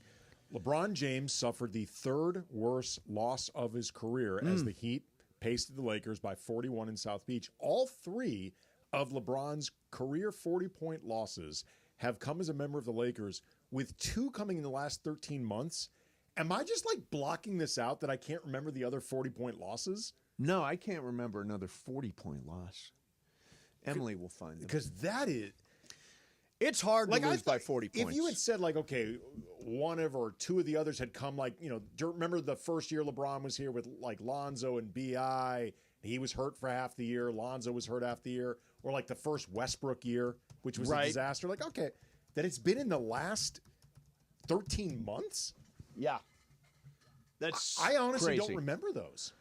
Yeah, maybe we block those out. I do. I feel like we are repressing horrible memories right now. Like trying not to allow ourselves to remember this. Yeah, terrible. So terrible that Robert Horry said this last night on Access Sportsnet LA. It reminds me of some teams when they're mad at the coach and they're trying to get him fired. And it's just what it looks like, man. And I know they love JJ, and I'm not saying that they're trying to get him fired, but it just looks like an uninspired team. It reminds me of a team I played on when next thing you know, Dale Harris got fired. And we got Kurt, and the next thing they win a couple of championships. But they need to find a way to find some type of spark, because the spark is not there. You know, it's almost like, you know, to me, I think about guys on that bench that can provide energy. There's not an energy guy on this bench. And so I'm thinking sometimes you need to, you know, mix some things up or muck some things up. And I'm going to bring up quickly from the G League, a guy who has a lot of energy, a lot of passion. You missing a point guard, and AR, bring this kid up. You know what? I'm going to give him a shot to bring some energy, because you know he going to take advantage of his shot. And to me, everybody right now just look like they're like, yo, I'm waiting for this. I'm like, should I say it? 1, 2, 3 Cancun? Is it a little too early? But it just looks like they don't have the energy. That's not inspired. And they need to find a way to get that love of winning back. Okay, so this is a hometown analyst. 3-time Laker champion. 3-time Laker. 1, 2, 3 Cancun. He says they're playing like that. He says they're playing like they want the coach to be fired. Right. They're playing in a way that should be embarrassing to themselves. Right, and he did stress he does not actually think they're trying to get Redick fired. Yeah, he said this is like a team. But in some ways, that's even worse. Like if, say, you thought they were trying to get their coach fired, maybe you don't approve of that, but it would at least explain it. Right. But if you think they're playing this way, not trying to get their coach fired, then okay, what's the explanation? Like, why is this happening then? I'll tell you, I want to do something completely different because I think we all need a little cheering up. Oh, by the way, before we do that, I did find the game. It was last year, Philly? And it was against Philly. It Yeah. was 138-94. Oh, yeah. It was on. It didn't say the date. So probably close to the anniversary. Yeah. Yeah. Terrible. All right, so you actually sent me this tweet, I think last week or this week. Quincy Oliveri, who's a Laker who works really hard when he's on the floor. I don't know, by the way, too, because I know people are going to be asking, why don't they just call up Oliveri? He's been hurt. I don't know if he's healthy or if he's back to health or not. I know he has been hurt. Like, he was in a walking boot not that long ago. Okay. So you sent this tweet. He tweeted out, just finished Breaking Bad. Great show. Shout out to my pops and Max Christie for the aggressive recommendation. Any recs on what to watch next? What would the next show be that you would tell Quincy Oliveri to watch? Better Call Saul. Yeah. Oh, you're right. Because Better especially Call with Breaking Saul. Bad all fresh in his head, Yeah. go right to Better Call Saul. That is really smart. Yeah, can you get a hold of him? And then after that, Ozark. Ozark's also very good. Very Same dark. vein. If we want to go totally different vein, but really well-written show, it came out around the same time, same network, Mad Men. Yeah. Totally different change of pace, but it came out at the same time, I love same Mad network. Men. So, Yeah. Well The written. Wire? Anybody for The Wire? The Wire would be good. The Spectacular Shield. I will always recommend The I know, Shield. you always recommend The Shield. It's and so we're always good. looking for a new show. So good. We're doing It's on Hulu. You can find all the episodes on Hulu. We're doing Day of the Jackal right now. Have you I've seen heard that? that's good. It's really good. Eddie Redmayne? Eddie Redmayne. Yeah, It's and like a on spy Peacock? thriller. He's an And I gotta assassin. be honest, I don't really like Eddie Redmayne, and I don't. He's good in this. That's- I've never been a fan either, That's but he's good in surprising to me this. because I don't buy him, at least in my head, as an assassin. Well, think of it this way. It's sort of like The Americans. Did you watch that show? I did not, actually. Okay. His appearance constantly changes. Interesting. Yeah. It's got a little Mission Impossible to that. That's really cool. So anyway, I've also been watching Say Nothing, the show on Hulu about the Troubles in Ireland. oh no, I haven't seen that. Yeah, that one's pretty good. I read the book that it's Yeah. based off of, and yeah, I think that I didn't really know a lot about the Troubles before I embarked on that book. Yeah. And so yeah, it's a pretty faithful adaptation. Okay, that's another interesting one. What are you watching right now? Are you watching anything, or are you just watching anything? bad Lakers basketball? I was going to say that, unfortunately, that's taken up a big chunk of my time. I have not watched anything. The last new thing I watched, I want to say, was The Sympathizer. The Robert the Downey. HBO show, did you like that? Yeah, I did like it. That never caught with me. I really liked it. I want to start Interior Chinatown. Okay, Do you yeah. know that show? Yeah. I read the book. The book is excellent. I haven't read the book, but I have seen the billboards for it. Yeah, Yeah. I've read that it has not translated well. No, but we'll see. that's a Hulu show. And then I want to watch season 1 of Severance, which I never Ooh. watched. Well, then you also don't have to wait 5 freaking years for season 2 to Yeah, come season out. 2 comes out in January. Gosh, so it's a Ben Stiller. perfect timing. Yeah, 4 years yeah. to it's have a a lot. season It's 2. a long time. Yeah, long time. Anyway, but season 1 great. Yep. It's really heady. Yeah, I think January 21 is the return of season 2. It could be like Cobra Kai, where they are milking They are milking this last season shamelessly. Yeah. Like they've stretched out the final season to 3 different installments. By the way, the creators are going to be on the Culture Pop podcast next week. Just tell them how much I admire the strategy Yes. of milking this thing. Milking the thing. Brilliant. I mean, Yeah. Breaking Brilliant. Bad did that. They separated the last season into 2 seasons. 2 parts, Sopranos yeah. did that. They Yeah. separated the last season into 2 Three's seasons. aggressive. By the way, Sopranos Yes. would be another good one for Quincy Oliveri. Oh yeah, that's true. All right, coming up next for it, going to do some What's Up, Fool. It is, I think, by the way, the show, people were concerned about me this week with different producers and different co-hosts and all that stuff. Brian, I think I've handled it pretty well. I've held it great. together. Yeah, That you have. Very proud of you. I'm always underestimated. I have enjoyed my 2 shows here. Yeah, no, this week. They've been good. Thank you. All right, coming up next for you, we will do some What's Up, Fool. In the meantime, my friend Jacob wanted to share this typical situation. So you get in what you think is a minor car accident. Can we change the channel? They're showing the Lakers game again, last night's game, and it bothers me even to have it on screen. So you get into what you think is a minor accident. And you get out of the car, you talk with the other person, they say, I zoned out or didn't see or whatever that is, and it's obvious the accident was the other guy's fault. Your car is damaged, but you can drive it. So you take some pictures and exchange information, and then after waiting a week or 2, you get a hold of the other driver, and he says it's your fault. Now, listen, your injury your car rental, your missed work, all of that stuff, Jacob can help you with. Don't put yourself in a situation like this. You want to call him as fast as possible after the accident, maybe even from the scene. There's only one name to remember. It's Jacob. Jacob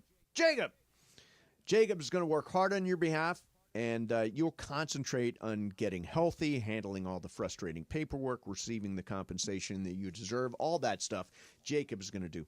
When you call an attorney, you want one who is respected. Call Jacob. He's the real deal. 844-24-JACOB. That's 844-24-JACOB.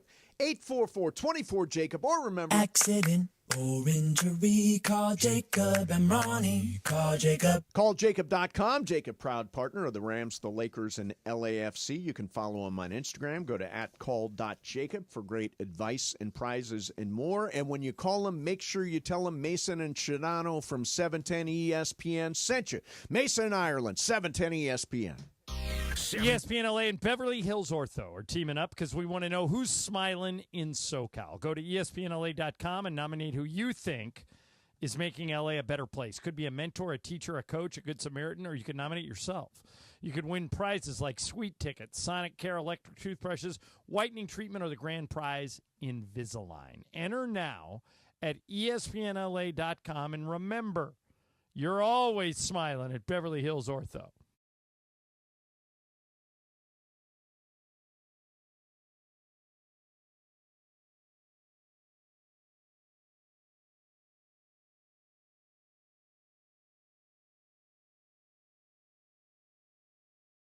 Oh, flip for LA Football Club, The LA Kings and Angels Baseball. The all-new ESPN LA app, your destination for LA sports. Hey guys, it's Sedano here. You know it's hard to find a good dentist for your kids, someone who they can trust and enjoy going to the dentist with. Luckily, we found Children's Dental Fun Zone. With 17 locations across Southern California, Children's Dental Fun Zone specializes in children's dentistry and orthodontics. With state-of-the-art equipment and personal attention your children deserve. To book your child's next appointment, visit their website, cdfzone.com. That's cdfzone.com. Or call them at 800-717-KIDS. That's 800-717-KIDS.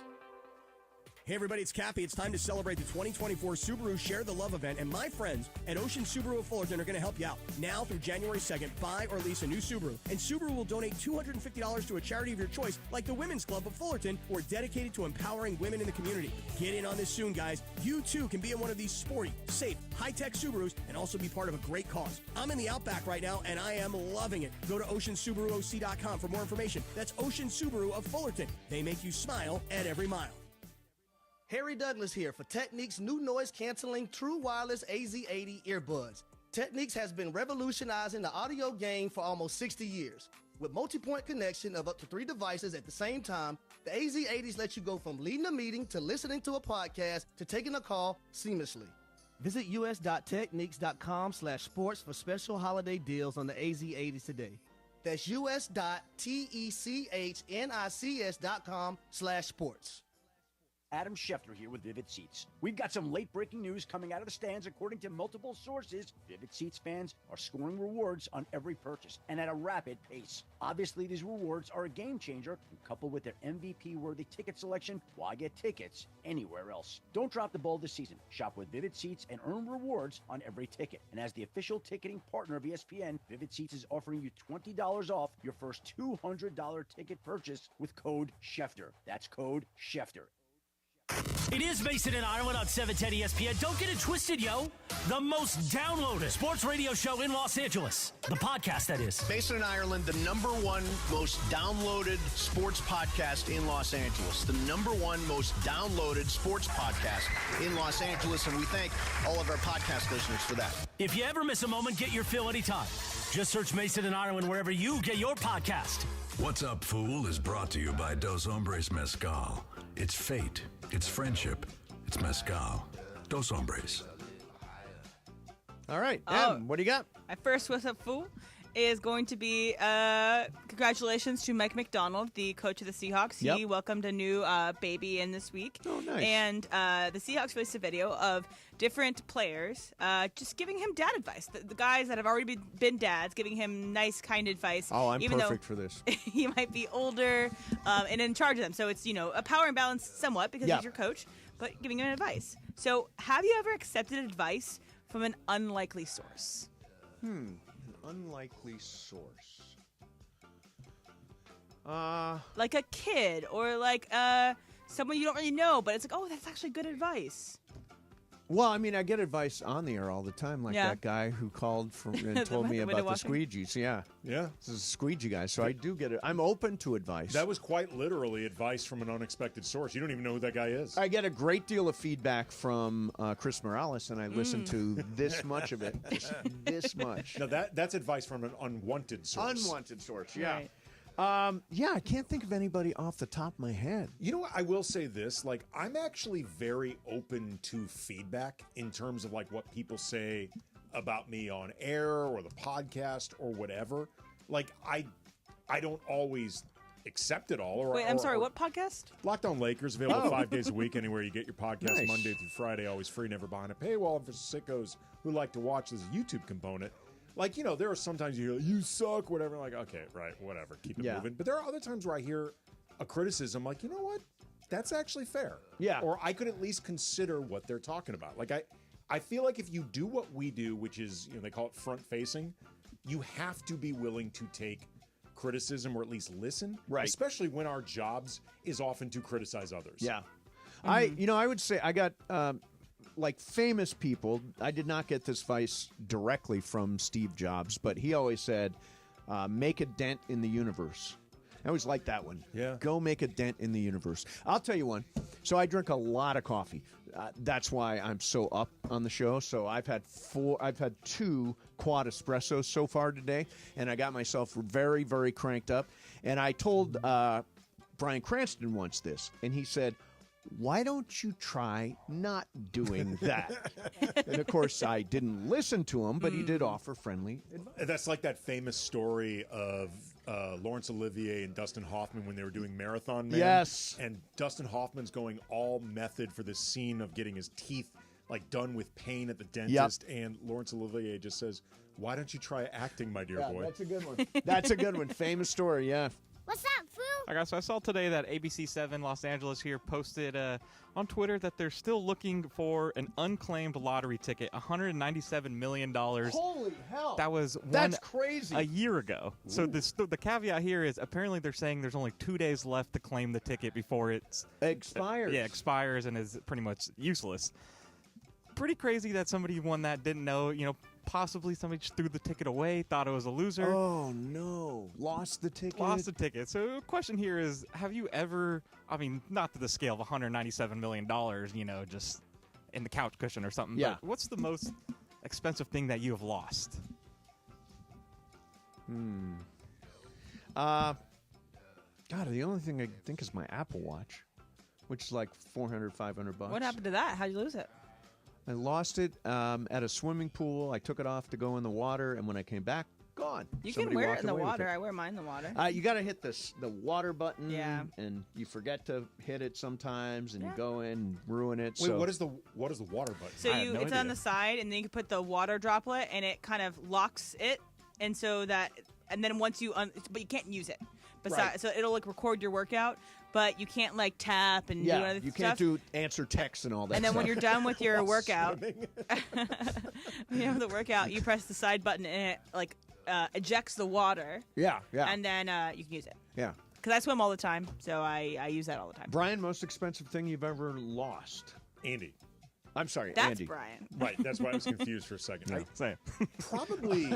Oh, Andy, Brian. I would say really nice sunglasses. Like, there's been a couple times where I've lost sunglasses. Yeah, that are worth a couple I don't $100. believe in expensive sunglasses. See, here's the thing. Like, I'm not very material driven in the sense of I need all the stuff.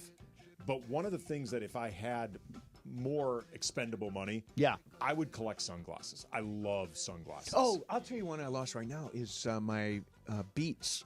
My Beats AirPods gone. The one I only lost one of them. Oh, that's happened to me with my AirPods. I have one lost forever, and I just use the one ear. My wife recently lost her AirPods. She thought they were somewhere on like Hollywood Boulevard near where she was running an errand. So it's super easy to find. Well, I actually drove out there. Like she was stuck in a meeting. I drove to where it was. They were showing up like find my AirPods. I walked all over this square block for like half an hour and couldn't find them. You know, the good thing about not the $197 million not being claimed is that person probably doesn't know that they had the winning ticket in the first place. So they are oblivious. They're not bothered. They have no idea that this is going on. I don't play lottos, but if I did, I would always take a picture of my lotto card, or my lotto ticket, just in case I lost it. But I don't think that's eligible. They won't take a picture. It's like $197 million. Yeah, no, they're not going to accept a picture. Well, I mean, okay, let's say you lost a lottery ticket that was for like $200. Like maybe you could get the $200 lottery. Maybe, not the $197 No, million. probably that one they need the real thing. I always wonder the people at the Rams games and at different games where they do the 50-50 drawings. Dodger Stadium. I wonder if a lot of people fail to check it and don't collect the money. Yeah. We always save them and check. There's a website you can go to after. Do you always do 50-50 raffles when you go to Rams games? Always buy 50-50, yeah. Nice. Always buy 50-50. Because, half of it goes to charity and half of it might be in my pocket. So the other charity you love. Yeah. What's that, Foo? I wonder if people even go back and check this. What's that, Foo? All right, we got time for one more? Yeah, one more. All right, so Max has announced that they will begin filming for the Harry Potter TV series this summer in England. So they'll start filming, and they are going to be revisiting the same books that the movies are based off of. And so they're just going to be more in detail about the books that the movies were based off of. Are you at all a fan of the Harry Potter series? And if you are, what house are you in? I am in my house. I have no idea what is going on with Harry. I never read the books. I never saw one of their movies. You strike me as a Gryffindor. I think you're like the leader. A lot of people say that. Of people. A lot of people say you're such a Gryffindor and a Huff and Puff. Is it a Huff and Puff? Hufflepuff. Oh, I'm a Huff and Puff. Yeah, same. There we go. You certainly are. Yes. All right, Andy, what about you? I never got that into Harry Potter at all, but my daughter went through a Harry Potter stage for a few years. So I've seen most of the movies just watching them with her. We went to Universal Studios once and did like the Harry Potter rides, which actually were pretty good. They were pretty enjoyable. The thing I learned, though, during her Harry Potter stage, those books are not meant to be read aloud. Like they are What do you mean?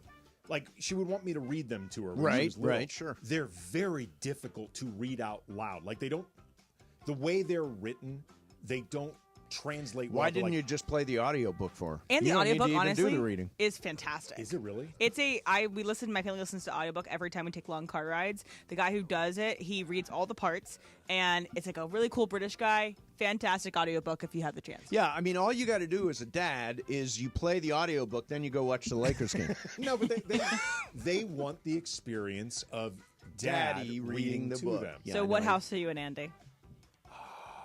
I used to know, and I don't know anymore. So there's Ravenclaw, which is brains. Right. Gryffindor, which is like leadership. There's Hufflepuff, which is like loyalty and friendship.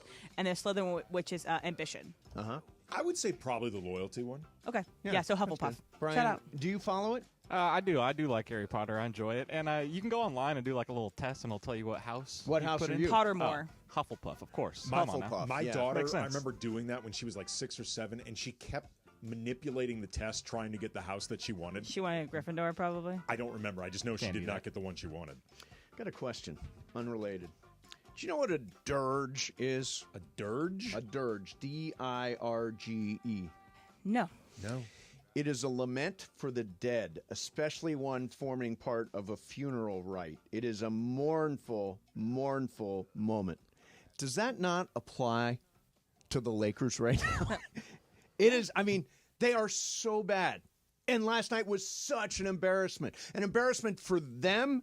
Obviously, J.J. Redick talked about that. LeBron talked about the embarrassing nature of last night. A.D. talked about it being embarrassing. I think you put those three together, it's embarrassing. Dude, it's December 5th and we're talking dirges? It's a dirge. Like, there's still 60-something games Let's left. call it a mini dirge. A mini dirge? Yeah.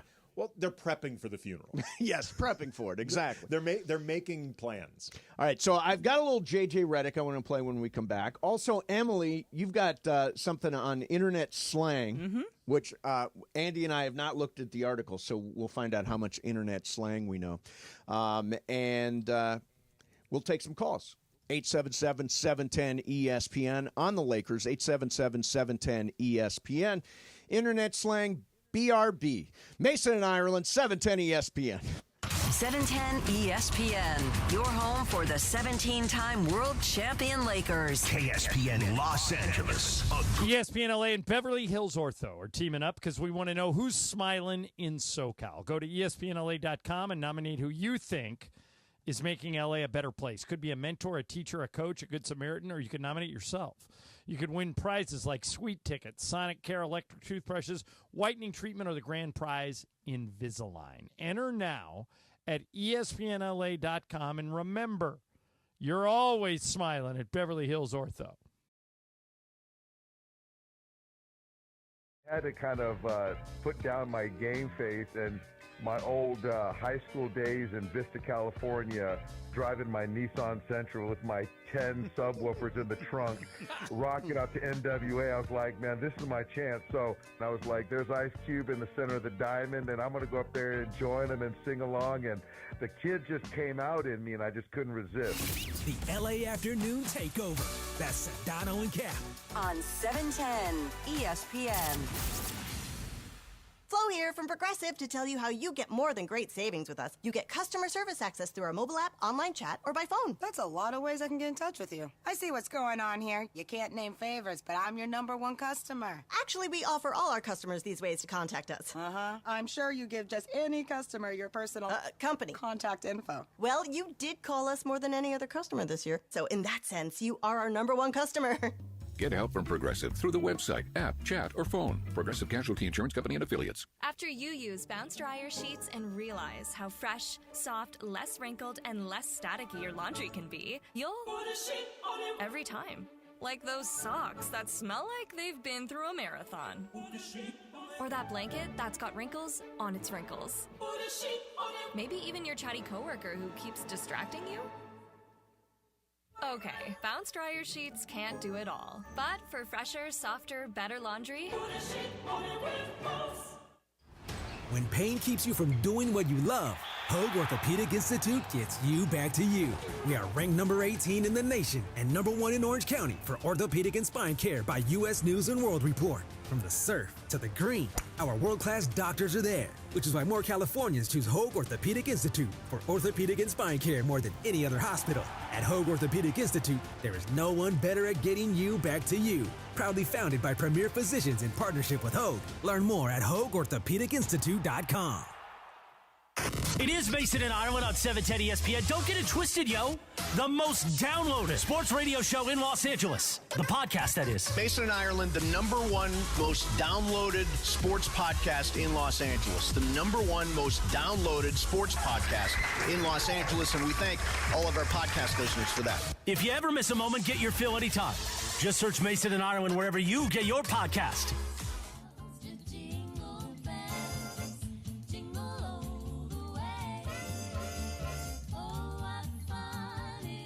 Oh, what fun we're having today, huh? So, Lakers get blown out by 41 last night. That's not a mistake. They got blown out by 41 last night. One thing we haven't mentioned specifically is Anthony Davis, Andy. Andy's in for John today. AD had a season-low 8 points and 7 rebounds last night. He only had 6 attempts in the first half.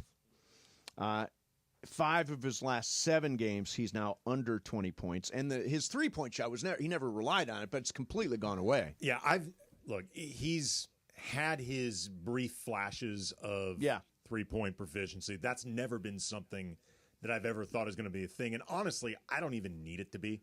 Right. AD is so good around the rim. I don't want him taking a lot of threes. By the way, the Lakers just put out the injury report for tomorrow's game in Atlanta. The plantar fasciitis that AD is dealing with that I suspect is affecting him right now. Mm-hmm. He's listed as probable. Austin Reeves is already listed as out. Ooh. LeBron just hit the injury report. Really? Left foot soreness, questionable. And Bronny James Jr. But with Bronny, that's actually moving up. Huh? It's actually moving up for Bronny. Yeah. Like he'd been before like doubtful with that heel, so Bronny to the By the rescue. way, on Twitter, everybody's blaming this on Bronny somehow. Well, how could it possibly? It's like who are you going to take in the second round that would make you better? That's not the point. Yeah. The point is they used the roster spot. Correct, yeah. On Bronny. And they've needed to bring in people. They needed trade flexibility. You lose some degree of flexibility with that roster spot. Yeah. On a guy that you know is not ready. Let's get a quick call in, and then we're going to do something fun. Because we're here to cheer everybody up, too. Let's go to Taylor is in Exeter, according to this. Exeter? Taylor, good afternoon. Good afternoon, y'all. Yeah, Exeter. We're Central California. We're the last stop before you get to Sequoia National Park. Oh, nice. Okay, cool. Yeah, so first of all, I just want to say, AK, you're my favorite fill-in for John. Thank you. So glad when you're in the studio. Appreciate that. Emily, same for you. You're a great fill-in for producer. Don't butter us up. You're great. Yeah, what are you getting at, man? You rock, man, and go Chargers. Hell yeah. Okay. All right. What about for me? Anything for me? I feel so left out. Mace, you're the best Mace. Okay, got it. Thanks. I like that. So what's your thought there, Taylor? Okay, so I don't know if you guys saw this, but a couple days ago, James Harden. I'm a Clippers fan. Yep. And James Harden. We send our condolences. Well, I'm going to get there real quick. Okay. James Harden, a couple nights ago, was talking about how much he loves this team, how much he loves being with the guys on and off the court, how much he feels like they're resilient, and everybody's been doubting them, and they've been without Kawhi all season, of course, and then they're missing their best shooter right now in Norman Powell, but they still have a better record than the Lakers at this point in the season. It's early. And I just wanted to get your guys' thoughts on the difference in sort of the culture that you see with the Clippers right now versus the culture you see with the Lakers. Yep. And I think maybe a big part of that might be Ty Lue. So just wanted to get you guys' thoughts. Thank you very much for the call and appreciate all the nice stuff. Yeah, it is Ty Lue. I think that's a big part of it. Ty Lue is a fantastic coach. I also think you're the best Mace. Oh, thank you. Thank you. As do I. Oh, wow. It's such a great day. Yeah, me too. Oh, thanks, Brian. Sorry. I am so needy. Oh? Affirmation is like oxygen When for did me. that begin, Yeah, Mace? just a needy guy. I think there is, though, something. With Ty Lue, one thing we've seen consistently with him is that he gets the most out of what he has. Right. Like, even if the roster does not have a lot of explosive superstar talent, and this Clippers team, who knows when Kawhi Leonard is going to play for them, like, ever again? Right. But his teams consistently squeeze the most out of what they have. I think that in and of itself is a big part of what makes Ty Lue a good coach. Yeah. The other thing is I think what you're seeing is everybody accepting clear roles. Like there is a Clipper identity. Well, it's very easy right now for the Clippers to all fall into their roles because other than James Harden and Norm Powell, and I guess Zubats maybe to some degree, they're really all role players, right? Like none of them expect to be like up the ladder past a certain point. Yeah. That makes it very easy for everybody to slide into different roles. The Lakers have more players that are not quite stars, but are asked to do more than just role player stuff. Yeah, especially with Reeves on. Yeah, I mean, but even with Reeves there, like Reeves is not quite a star, but he's not a role player. D'Lo isn't quite a star, but he's not a role player. Rui maybe scores too much for the average role player. Right. Like, I think that it plays a little bit into it, but also too, well, I was about to say I think with LeBron, there is the element of when he has the ball a lot and things become heliocentric, does it make it more difficult for everyone else? But Clippers have that with James Harden. Yeah. James Harden's one of the most heliocentric players in the league. Yeah. All right, let's do something fun. All right. Emily has found a list of internet slang terms. Right? Yeah, so this is Vulture's list of internet slang popularized in 2024. And we have not seen any of these terms. No, you guys have not seen it. So I'm going to list a term, and I want you guys to either, if you know it, then yes, say what it is. Okay. If you don't, just, what do you think it is? Okay, got it. All right, first one is Haktua. I think I know exactly what that is, and it's not something to be discussed necessarily on the radio. We are aware of that, and Haley Welch popularized that one. Yes, so she did. Now has a podcast. A lot of mileage out of that one. A meme coin out of it that has been tanking. So good job, Haley. Brat. Yeah, brat is a woman who is really fun. Sure. But kind of a mess. A guy can be brat. Oh, a guy can be brat? And an object can be brat. Okay. It is basically, if I understand this right, it's about embracing your chaos. That is an apt description. Yes, I think that we're all a mess. Embrace being a mess. Like a hot mess, but like not hot mess. Right. But like have fun. And Charli XCX popularized the term from her album Brat, which is nominated for Album of the Year at the Grammys. Yes, and it might win. All right, so the next one is very demure, very mindful. Very demure. Very demure. Very mindful. It's pay attention to this. Okay. Andy? I think is it sarcastic about somebody who's over the top and you're pretending that they're low key? That is pretty close. Brian, do you have a guess? Or do you know this one? I thought it was like you're fancy, like you're demure. So that is the literal term of demure would be like, yes, I'm very fancy, but it was popularized by Jules LeBron. That's her name on TikTok. And she's like, look at me. I don't do this. It's a little shady. So it's like she's throwing shade at someone else. Like, look at me. I'm very demure. I'm very mindful. I'm not making a whole big show of myself. So they're the bad person. I'm not the bad person. Exactly. Okay, that's very demure. Got it. What about yapping? Yeah, yapping is just when your dog's in the room and he's yapping. Okay. Andy?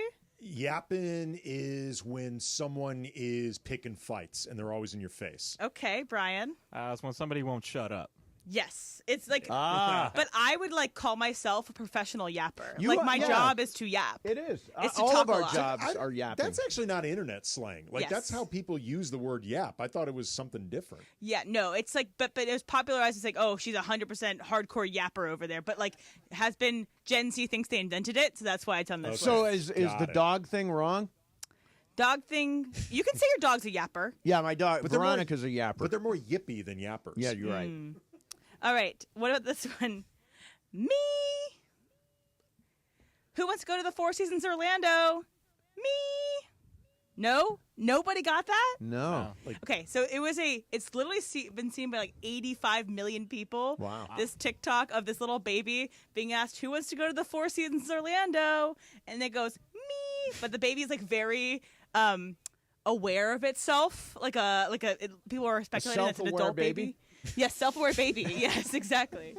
All right, next one is, show me to me, please. That's when you're trying to hook up. Okay, Andy. Is that when somebody wants a gift? Something like that? Okay, Brian. You're looking for the correct answer. None of these are correct. Yeah. So it is more about like, oh, I need to see this right. But it's not. So it's from a video where a girl is trying to prank her mother on the couch. And she goes, oh, my God, Jesus was found in Ohio. And then the mom goes, show it to me, Rachel. Show it to me, please. And she's like really hysterical about it.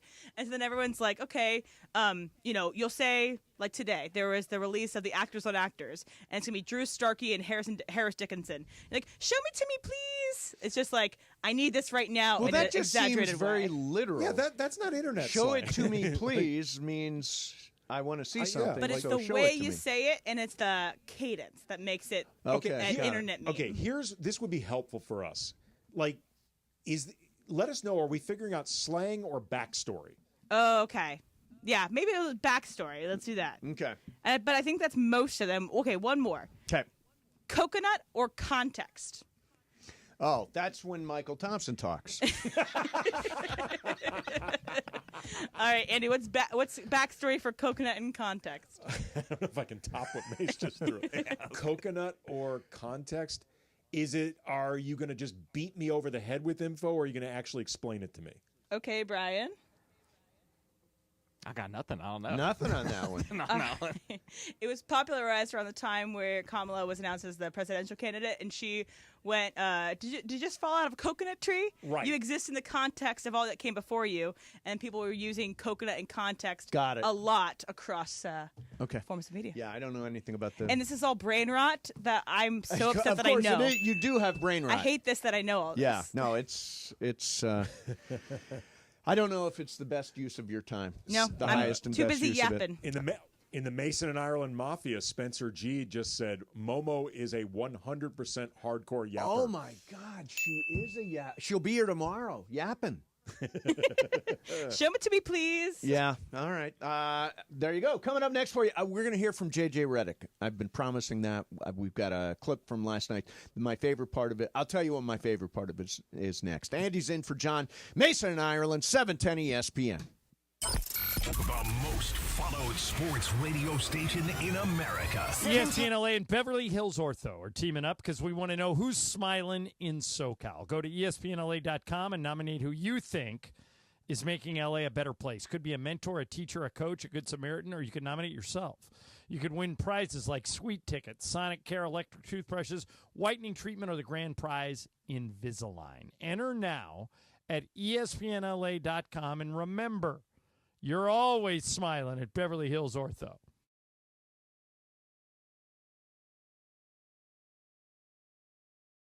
Obligation offer at 888-390-AS-IS. That's 888-390-2747, or visit sellersadvantage.com.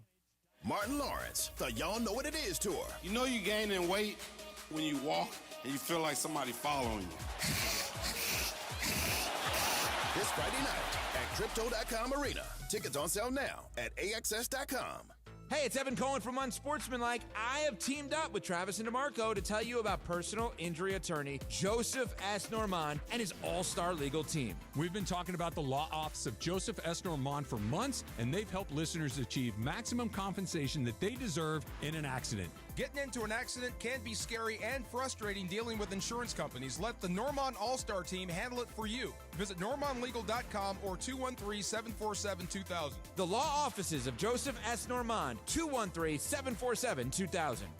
NextGen is the official plumbing, heating, and AC company of SoCal sports fans. That's right. NextGen is the absolute best in the biz with thousands of five-star reviews online to prove it. Looking for an all-star deal on home comfort?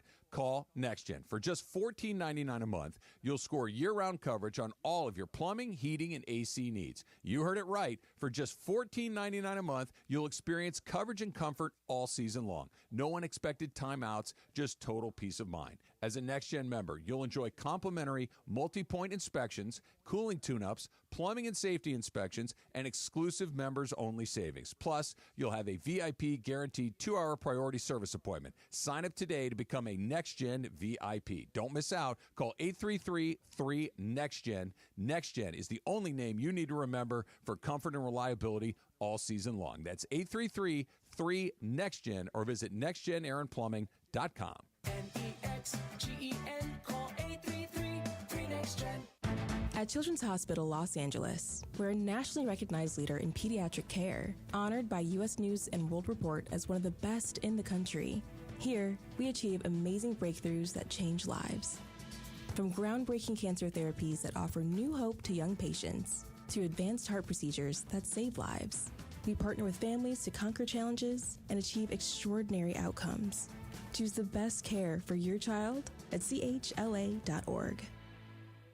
We all hear the radio ads about the IRS. They tell you to be afraid, to be scared, and they try to frighten you into calling. I'm not here to do that. Tax Relief Advocates is different. TRA is here to tell you that if you owe money to the IRS, whether it's $5,000, $50,000, or $500,000, we have a solution. It doesn't matter if you're sitting in your car, at work, or with your kids. No matter where you are, call now. 800-575-6759. Don't lose hope. TRA can eliminate or reduce what you owe to the IRS. Generous programs are now available that can give you a fresh start. Our passion is taxes and helping individuals fix their IRS problems. We have over 1,000 5-star reviews on Google and an A+ with the Better Business Bureau. You don't need to be afraid of the IRS any longer. End your tax nightmare today by visiting us online at TRA.com or call 800-575-6759. That's 800-575-6759. Tax Relief Advocates. Real solutions for real people.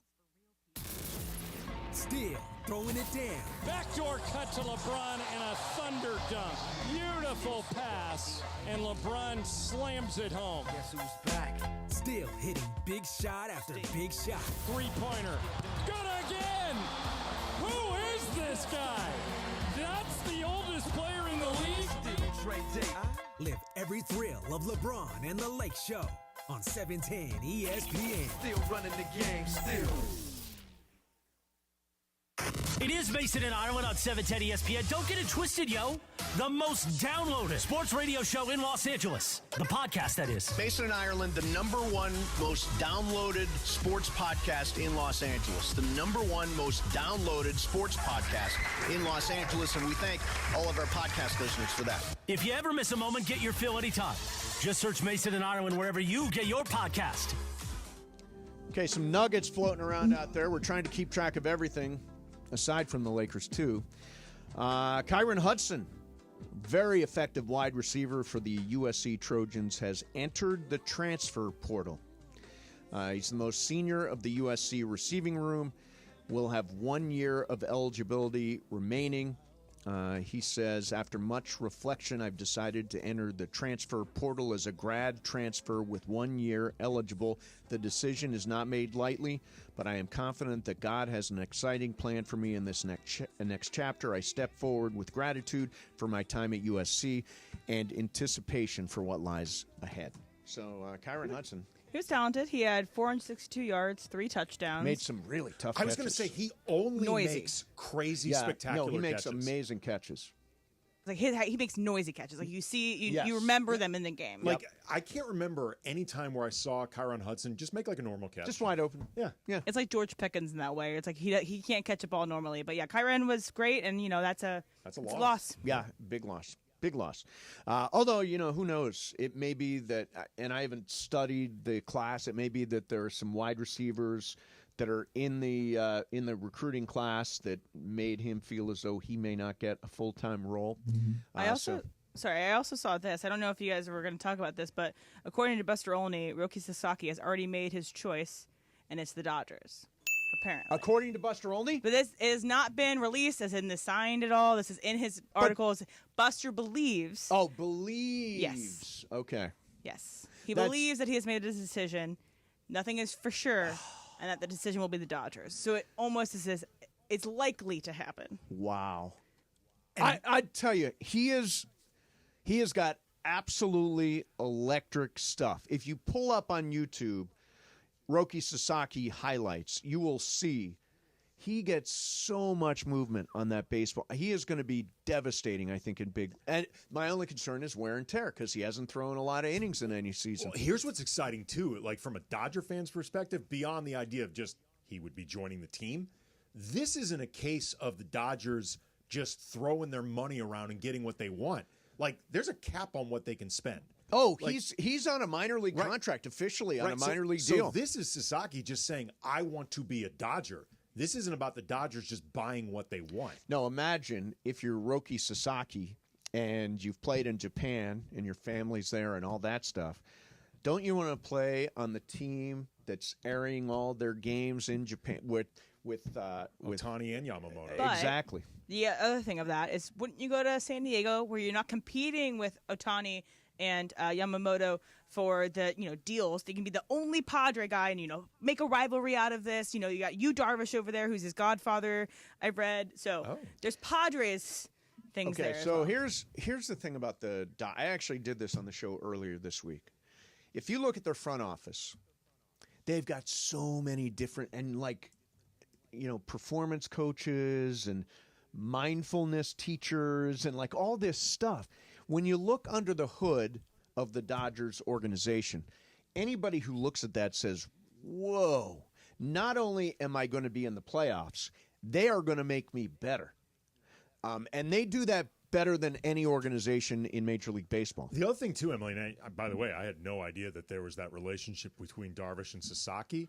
But if you're thinking about your big picture, if you're Sasaki, Darvish is 38.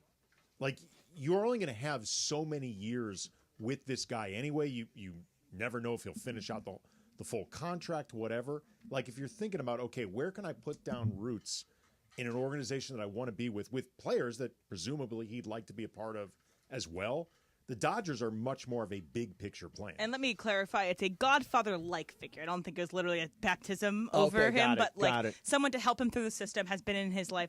So yeah, Godfather-like figure. But the bulletin out of that is that Buster only believes that Roki Sasaki has made his choice, and it's the Dodgers. Yes, that is the belief. Again, this is not breaking news, no deal yet, but belief. Belief. I'll take that, especially on a day like this when the news is bad. Is there anything positive take from the Lakers? Is there anything that you can look forward to the rest of the season? Could they make a trade to fix this? Is there any way they can fix the Lakers as they sit right now? They play some really good opponents that'll be fun to watch.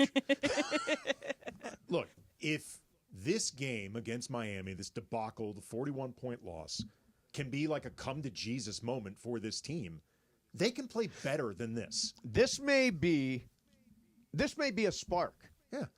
The sheer embarrassment of this rock may bottom. Be a spark. This may be rock bottom. Exactly. Assuming they still care and assuming they're still determined to make something of the season, then yeah, this loss could be the thing that makes them say, like, all right, enough. We have to be better. We have to do our roles better. LeBron lower his usage. AD step up more. Got to step up more. Everybody pays more attention defensively. Everybody puts more effort. JJ changes some schemes. Yep. Like, this might be the come-to-Jesus moment for everyone. So my favorite moment of the J.J. Redick press conference, we can recreate it here. Mike Trudell asks a question. J.J. responds this way. A very long pause. That was, by the way, half as long as JJ's actual pause. I have not spent a lot of time covering J.J. Redick, obviously, because he's only been this coach for a little while.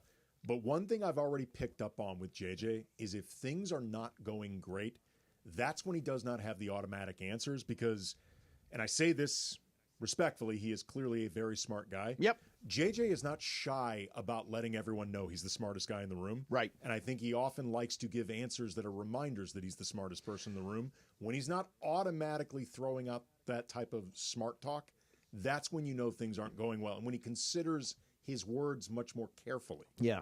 Here is JJ from last night. It's there's not a sense from me that we're together right now, and that's what we say in the huddle. It doesn't feel that way. Doesn't feel that way. And again, we're in a tough stretch, and we're all trying to find it. So we're not together right now. To me, it really is a terrible sign. I mean, the whole idea was last year they won 47 games. I think they were the 7 seed when all was said and done. They did advance out of the play-in tournament.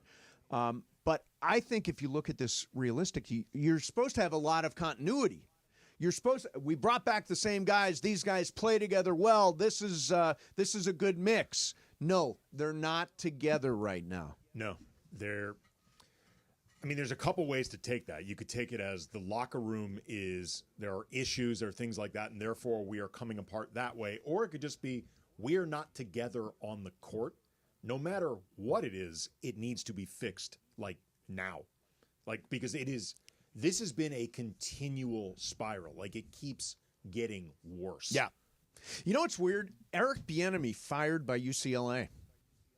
Offensive coordinator, 1 year and out. And what did they expect? Yeah, I don't know what they were. I mean, actually, they did rank 126th in scoring, averaging 18 points a game. So you can say the offense was unbelievably unproductive. Sure. But I feel like UCLA at least did better than at least what I thought this year. They outperformed. They absolutely did. And so, I don't know. I feel like it's if you're UCLA, why would you do this? I don't know. His agent, Jason Fletcher, says to ESPN that Bieniemy's exit was previously planned and that the plan was always to return to the NFL in 2025. But the headline is UCLA fires offensive coordinator Eric Bieniemy. The best part of his statement from the agent is when he says he is still getting paid by the Commanders. Oh, yeah. Amazing. That's a baller sentence there. It is. My dude's doing fine. He's doing all right. All right, coming up next, let's take one more call. Emily, let's take one more call. Make it a great one on the Lakers. You make the decision. 877-710-ESPN. 877-710-ESPN. By the way, Jacob Imrani's going to be here in a few minutes for Game of Games. I'm sure he's got something to say about last night, too. Mason in Ireland. Andy's in for John. 710-ESPN. Thank you very much, ladies and gentlemen. I got to tell you, you've heard me talk about Cosm. And this is genuine. I mean, this immersive shared reality that you get at Cosm, you feel like you're actually at a game. You feel, if you watch an NBA game there, cameras all over the place. You see the game in a way you can't even imagine. You might as well be sitting on the court. Every play comes to life. You're right on the floor. Revolutionize how you experience the NBA. Cosm is the future of sports and entertainment. It is in Inglewood. It is spectacular. I advise you, if you go there, make sure you go up to the rooftop deck, which is super cool, overlooks SoFi Stadium. Cosm is the future of sports and entertainment, but it's right now. Get your tickets at Cosm.com. That's C-O-S-M, Cosm.com. Mason in Ireland, 710 ESPN. It's the Travis and DeMarco Show. Every weekday morning at 9 a.m. You got one shot. Too much pressure on me now. You're going to watch one shot you got, take a chance to true. Oral Hershiser just dropped some M&M lyrics. He did. Yeah, just so we're all on the same page there, that actually happened. So, one shot you got, take a chance to blow. It's opportunity. Whoa, it's once in a lifetime. Do it up. Okay, let's go. It's Trav and D-Far. Back tomorrow morning after Greeny on LA's mega sports station, 710 ESPN. Here's the scenario. Your home is flooded and there's extensive water damage. This is when it can feel as though your relationship with your insurance has become an abusive one. They don't agree that you need a replacement living arrangement, despite it being glaringly obvious. Then, the insurance adjuster leaves you hanging. You feel abandoned with a home that is no longer livable, and you now have no other choice than to use the insurance contractor to make repairs, which includes their brazen attempt at lowballing the estimate. Okay, so here's what you do. You take a deep breath, then you call Avner Gatt. They're one of California's largest public adjusting firms, and trust me, size does matter in this case because Avner Gatt has experienced it all. Insurance companies can make you feel like a criminal, leaving you with no hope in getting your home back together. Avner Gatt knows exactly how to handle these situations. Not only do they have extensive knowledge on how to handle your dilemma, but they remain passionate about helping people. It's why Avner and his family continue to take the calls themselves at Avner Gatt Inc. They cover all of Southern California, and if I haven't convinced you with all of these truth bombs thus far, just check out what seems to be a never-ending stream of 5-star reviews on Yelp, Google, and the Better Business Bureau. So, whether you have a toilet overflow, a broken water line, a burst supply line, a broken fire sprinkler, whatever the water damage is at home, call Avner Gatt today. 818-917-5256. That's 818-917-5256, and you can go online to avnergatt.com. Inspired by Southern California's laid-back yet active lifestyle, Travis Matthew creates premium men's and women's apparel designed to make you look and feel your best no matter the activity. Now, Travis Matthew brings that same style to USC fans with their first-ever collegiate collaboration. Designed with the iconic Cardinal and Gold, this collection carries the tradition and legacy of USC. Gear up for game days in style. New customers get 20% off their first order with code 710 at travismatthew.com. That's code 710. Offer valid online only. Lowe's knows that to win the job, pros need the best prices. That's why only at Lowe's, MVP's Pro Rewards members can get a volume discount on eligible orders as low as $1,500 at the Pro Desk. That means you get the prices you need to start any job, small or large. Because Lowe's knows pros. Valid in-store only. More terms and restrictions apply. Visit Lowe's.com/terms or Pro Desk for details. Can't be home for the game? Caught for the touchdown! NFL Plus has you covered with live, local, and primetime games on the go. What a game he's had. On your mobile device, you can access live, local Sunday afternoon games and all the primetime action from Thursday night football, Sunday night football, and Monday night football. Tonight was definitely their night. Sign up for NFL Plus today at plus.nfl.com/radio. Subscription required for NFL Plus. Terms and conditions apply. Hi, this is Matthew Stafford of your Los Angeles Rams. This is Mason in Ireland on your home of Rams football, 710 ESPN.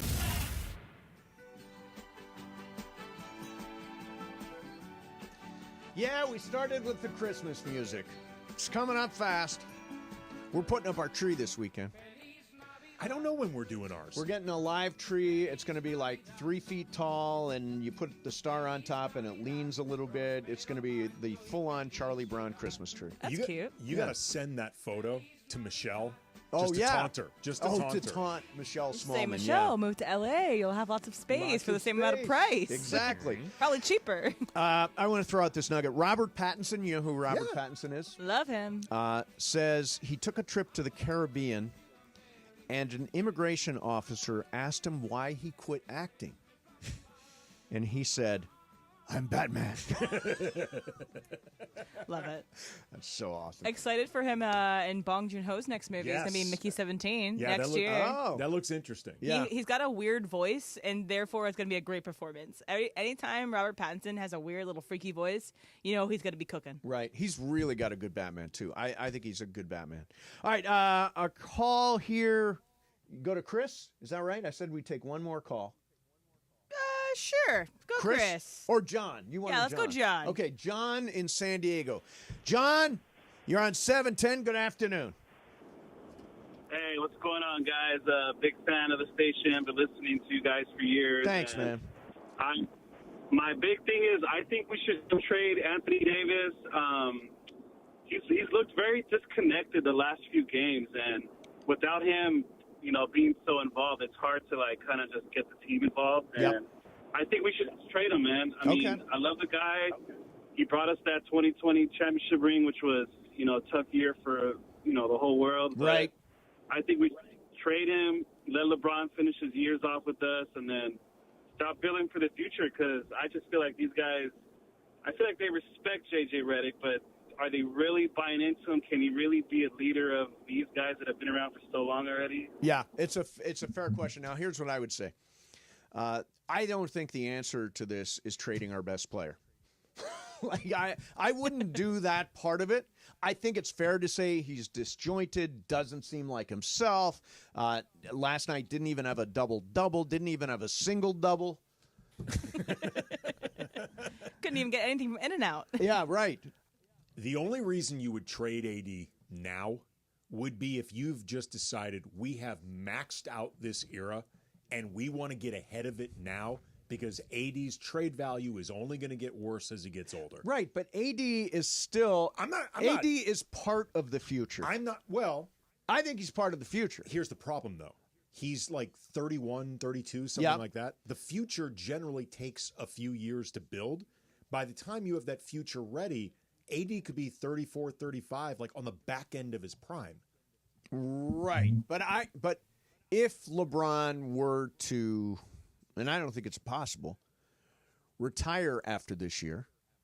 He can just decline the player option. And although a player option he's probably going to take. So at least one more year. At least. But I would say maybe just one more year. Okay, here's where things also get really tricky. Okay. If LeBron wanted to stick around for X many years, the Lakers would never say no. It's true. It's true. Never say no. Never. You know why I wanted John? Because I think that was absolutely ridiculous to trade your best player. And I love hearing some people that have just some kooky ideas. Yeah. Who knows? They're emotional. They're erratic. They're like, what I saw, I'm just going to throw anything against the wall and see what sticks. Trade AD? No. advice from an unlikely source. Yes. Bad advice, but advice. It is advice. All right, coming up next for you, we're going to do some Game of Games. Andy, it's your game today. Jacob Imrani is here to play Game of Games. I'm sure he's going to have a Lakers take as well. That's coming up next for you. Mason and Ireland, 710 ESPN. The fun way to drive home is with Sedano and Cap. Weekdays after Mason in Ireland. I'll give Mason credit. He used to fight tooth and nail. Oh, there's more Rams fans than any other fan base in there. He's realized our eyes aren't lying to us. Can you do it again, please? Oh, there's more Rams fans in there than anybody else. You sound like Animal from the Muppets. Yeah, so I was going to say you sound like a Muppet character. Sedano and Cap today at 3 p.m. on 710 ESPN. Hey, John Ireland here. If you're looking to sell your home, call Seller's Advantage. They'll make you a cash offer, no need for repairs. They buy as is. With Seller's Advantage, there are no agents, and they buy with cash. They'll even offer a $10,000 advance to help with moving and other expenses. Check out their reviews online and call for a no-obligation offer at 888-390-AS-IS, 888-390-2747, and visit sellersadvantage.com. Score a win with Amazon Pickup, the MVP of package pickup options. Amazon Pickup is a convenient and secure way to collect your Amazon packages from locations that are near you. This season, keep your holiday gifts a surprise when you choose to pick up from Amazon Locker or Counter. Whether you're hustling between home, work, or your usual game day spots, grab your packages on your schedule. Amazon Pickup is the worry-free option for the times when home delivery isn't ideal. To find your nearest Amazon Pickup location, go to amazon.com/pickupmvp. That's amazon.com/pickupmvp. Adam Schefter here with Vivid Seats. We've got some late-breaking news coming out of the stands. According to multiple sources, Vivid Seats fans are scoring rewards on every purchase and at a rapid pace. Obviously, these rewards are a game changer, and coupled with their MVP-worthy ticket selection, why get tickets anywhere else? Don't drop the ball this season. Shop with Vivid Seats and earn rewards on every ticket. And as the official ticketing partner of ESPN, Vivid Seats is offering you $20 off your first $200 ticket purchase with code Schefter. That's code Schefter. Hey folks, when it comes to Christmas trees, don't get played by foreign plastic. Just like you wouldn't replace a prize QB with a mannequin. Don't replace American Farm Fresh trees with fake foreign plastic. These farm families are the MVPs of Christmas, growing champions right here on American soil. They're not sitting on the bench. They're out there every day growing real Christmas traditions. Make the winning choice, Farm Fresh Christmas trees, not foreign plastic that pollutes. Visit GetRealKeepItReal.com to find your local farm MVP. 710 ESPN. And it is time for Game of Games on the #1 sports radio show in L.A., Mason and Ireland. Game of Games. Game of Games presented by CallJacob.com. Call Jacob. Everyone loves a fighter, but in this town, winning matters, especially after an accident. So remember, anyone can fight, but CallJacob.com is here for you when you need a big win. After an accident, go to CallJacob.com or call 844-24-JACOB. That's 844-24-JACOB. We got the jingle. Call Jacob. Thank you. Game of Games time. Take it away, Mace. All right, here we go. It is Game of Games time, and the great Jacob Imrani is here to play along. Jacob, we're going to talk some Lakers coming up. Sounds good. But cheer up right now. I am. Let's have some fun before we dig into the mess, okay? You got it. It is Andy's game, so it is Jacob, me, Brian, and Emily. Emily, are you able to keep score? Andy, yeah. Andy will keep score. Andy's got it. Yeah, Andy, you got it. It's Okay, fine. cool. Okay, on this day in 2001, Steven Soderbergh's remake of Ocean's 11 premiered in L.A. Huge success. Awesome movie. I think it is one of the best examples of, like, Hollywood studio movie. Yep. Smart, fun. Plus, a bunch of great actors got together. And in their prime or around their prime. Killer cast, a lot of big names, but also, like any movie with that many names, there were potential other actors who could have been in it, stories, all sorts of stuff. So we're going to do an Ocean's 11 quiz. Okay, got it. Who was originally cast as Danny Ocean, George Clooney's character? Mm-hmm. Bruce Willis, Pierce Brosnan, Alec Baldwin. Bruce Willis, Pierce Brosnan, Alec Baldwin, originally Danny Ocean. Mace goes first. Pierce Brosnan. Emily. Who was it again? Bruce Willis? Bruce Willis. I think it's Bruce Willis. Okay. BC. Baldwin. Jacob. I like Baldwin. Emily is on the board. Ding, It was ding, ding, ding. Bruce Willis. Bruce Willis. Wow. Yeah, he had to drop out due to a scheduling conflict, but he did have a cameo in Ocean's 12 as himself. Okay, good. The Malloy twins, played by Casey Affleck and Scott Conn, are called Virgil and Turk. What classic 70s crime movie are those names a callback to? Serpico, The Godfather, or Dog Day Afternoon? Serpico, Godfather, Dog Day Afternoon for the Malloy twins. Emily first. Dog Day. BC. Dog Day. Jacob. Dog Day. Mace. Serpico. You're all wrong, and Mace, I cannot believe you didn't get this. It's The Godfather. Remember, the Turk is the nickname of Sollozzo. Oh. And his first name was actually Virgil. Virgil Oh, Sollozzo. okay. Also, Sonny Corleone was played by Scott Conn's dad. Yes, Obviously, James correct. Conn. Yeah. Went to school with Scott Conn. Did you? Oh, did you? I did. He's a nice. short man. Yeah, he's 2 years younger than me, I think. Speaking of the Malloy brothers, they were originally slated to be played by real-life brother actors. Which ones? Damon and Marlon Wayans, Charlie Sheen and Emilio Estevez, Luke and Owen Wilson. Wayans, Sheen, Estevez, Wilson, the original Malloy brothers. BC goes first. Wilson's. Mace. Wilson. I like the Sheens. Okay. And I also like the Sheens.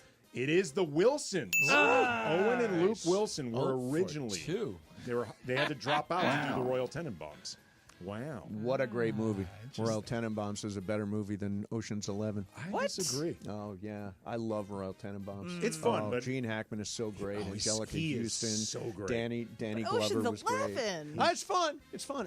Hackman is better than anything maybe in Ocean's 11. Hackman is so damn funny. Okay, many of the actors gambled on their downtime while filming at the Bellagio. Who was reportedly the worst gambler?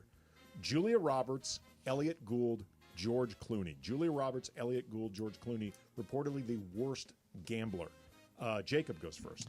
I will go with Julia Roberts. Mace. Elliot Gould. Emily. Clooney. Clooney.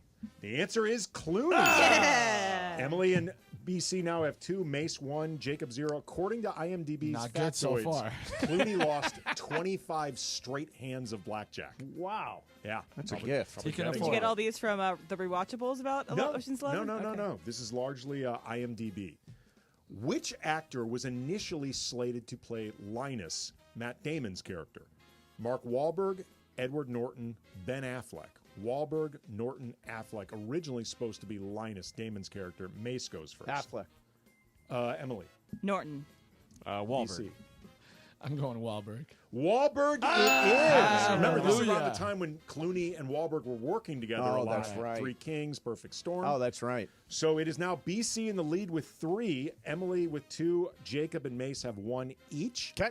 True or false?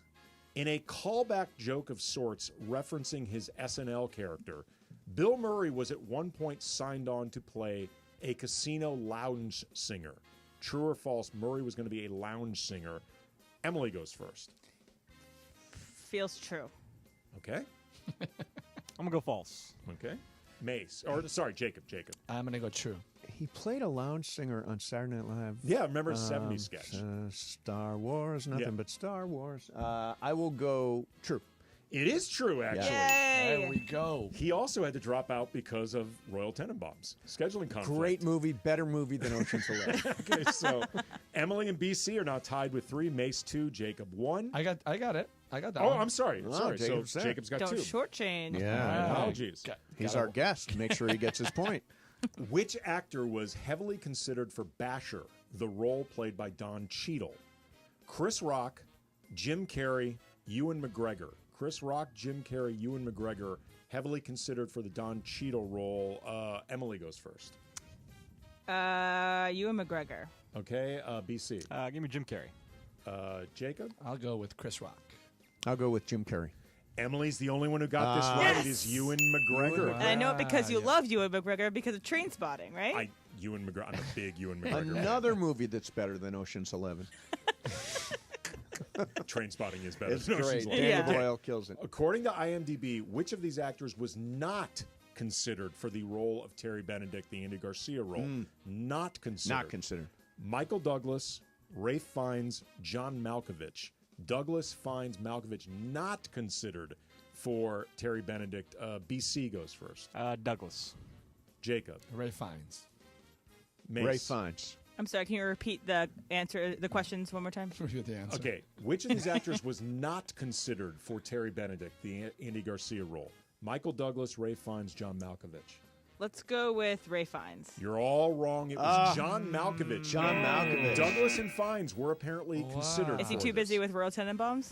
Yeah, no, he was not in Royal Tenenbaums. He was not in Royal Tenenbaums. But he was up for it. Okay, George Clooney, Brad Pitt, Matt Damon, and Julie Roberts have all worked together after Ocean's 11 on non-Ocean's movie. But which of these movies actually had all four of them in it together again? Okay. Remember, cameos count. Okay. Read the names again. Clooney, Pitt, Damon, Roberts. Okay. Okay. The Mexican, Confessions of a Dangerous Mind, Burn After Reading. The Mexicans, Confessions of a Dangerous Mind, Burn After Reading. BC goes first. Burn After Reading. Jacob. I guess that one. I've never heard of that movie. So Burn After Reading. Mace. Another movie better than Ocean's 11. I will say...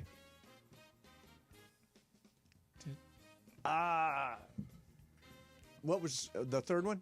Burn After Reading. Burn After Reading. Yeah, I'm going there. I have not seen any of these either, so I'm going to go also Burn After Reading and The answer is Confessions of a Dangerous Mind. Yeah. George Clooney's directorial debut. Yeah. That was a protective choice. Yeah. All right, Protecting so it's the lead. Emily 4, BC 3, Mace, and Jacob 2. The original Ocean's 11's cast included Rat Pack members, all of them. Dean Martin, Sammy Davis Jr., Sinatra down the line. Which of these Ocean's 11 remake actors have played a member of the original Rat Pack? The original Rat Pack. In a different movie. Okay. Don Cheadle, Scott Conn, George Clooney. Cheadle, Conn, Clooney played an original Rat Pack member. Jacob goes first. Who was the first one? Don Cheadle. Don Cheadle, Scott Conn, George and Clooney. I'll go with Scott Conn. Mace. I will go Cheadle. Emily. Con. Clooney. It The is answer is- Cheadle. it is Cheadle. He was fantastic in that movie, Yeah, too. he played Sammy Davis Jr. Yeah, Oh. he was great. Okay, now I've got Emily 4, Mace and BC 3, Jacob 2. Okay. I only have tiebreakers left. I have two tiebreakers. How should we Saw that. handle this? Well, I think we don't need to break the tie. Okay. All right. Right? Well, is that? I win. I think that's a win for Emily. You only use the tiebreaker if the game is tied. Okay. All right. I didn't know how close we were, or if you wanted to treat any of these tiebreakers as another question. Oh, I'm for that. Let's treat it as another question. Mace, Sorry, okay. Emily. Okay, because I have two tiebreakers. Okay, good. Okay, so this is the last regular question. I guess Emily has to go first. Right. So we're all And I should still have in been it. doing the All first still thing in it. earlier. All still Okay. in it. How many of the primary Ocean's 11 cast members have appeared on Friends? How many of it have appeared on Friends at some point? Emily goes first. 4. BC. 5. 6. 3. Emily, this is your game. 4 Ah. on the nose. Let's go. Clooney, Roberts, Elliot and Pitt. Gould, and right? Elliot Gould played the Geller father. Yes. So that's it. I've got one more tiebreaker if people want it, but Do it for. Actually, no. Let's get Jacob's take on the. nice job, Emily. Yeah. Do I Thank need a break over here? Yes. Okay. So first, Game of Games is brought to you by the great Jacob Ramrani. Remember to go to calljacob.com or call 844-24-JACOB when you need a big win after an accident. Speaking of accidents, Jacob, last night was just an absolute disaster. I don't know if it was a rear end. I don't know if it was a hit and Yeah, run. yeah. I don't know what it was. It was an accident and an injury, I'll tell you that much. Yeah, it was terrible and embarrassing, I think. It's just tough. You know what I mean? It's for all of us as fans. We keep thinking the next game is going to be different. Yeah. And it just hasn't been. And I'm just hoping they can figure it out. So there's a theory that I'm going to float and will float tomorrow that this was just rock bottom, that it can only get better from here, that level of embarrassment, that I do have size program. of No, loss line is 2 gonna was trigger something in these was guys, busy, and they're so gonna I'm here come on out 1. on fire in Atlanta tomorrow night. What do you think of my theory? I mean, if they don't, we have a much bigger problem than we thought. Yeah. I think, when you look at it that way, as a professional, not even just as a Laker, as a professional, you don't ever want to be faced with that type of a loss. Yeah. If you want to extend this metaphor, okay, they hit rock bottom. Yep. this is when they recognize they have a problem. Yep. And they reach out for help. Right. They actually reach out. Well, to... and one of the steps is to apologize to everybody. There's a lot of amends going on after that game. Which is what we talked about before we came on the air, right? Yeah, we talked about that. The point here becomes is the conversation's already been there. Yep. That they're looking at some people. The question here now becomes how much help do you really need, Mm-hmm. and what do you really need to go out there and do? Well, and what are you capable of doing? Your trade assets are not terrific unless you are interested in expiring contracts. They do have the 2 first-round picks. I'm guessing they spend those at the trade deadline or after December 15th or after whatever deadline in January exists. But, the assets aren't good. Well, there's a lot of teams that are not doing as well as we thought they would be doing. So I think when I look at it are a lot of those teams willing to shake things up? I mean, you heard that, there's a number of teams that everybody's on, everybody is tradable, right? Yeah. You heard Chicago is willing to look at anybody. Utah. I mean, Utah's looking at anybody. We keep hearing Utah every single year, right? Yeah. I mean, they seem to be a partner the Lakers look at. The point here becomes is, we heard about BI has now, has now hired Clutch. But again, he's I love that idea a lot. He'd be terrific for us. But what do you have to give up? Well, less than that, it's how you have to pay him. That's Right. the tough thing because you have to pay him after this season, he's right? in contract year. Yeah, so And in he other apparently words, wants a max. you've got to make a real commitment because, he wants a max contract. In Rob, we trust. Let's go get it, Rob.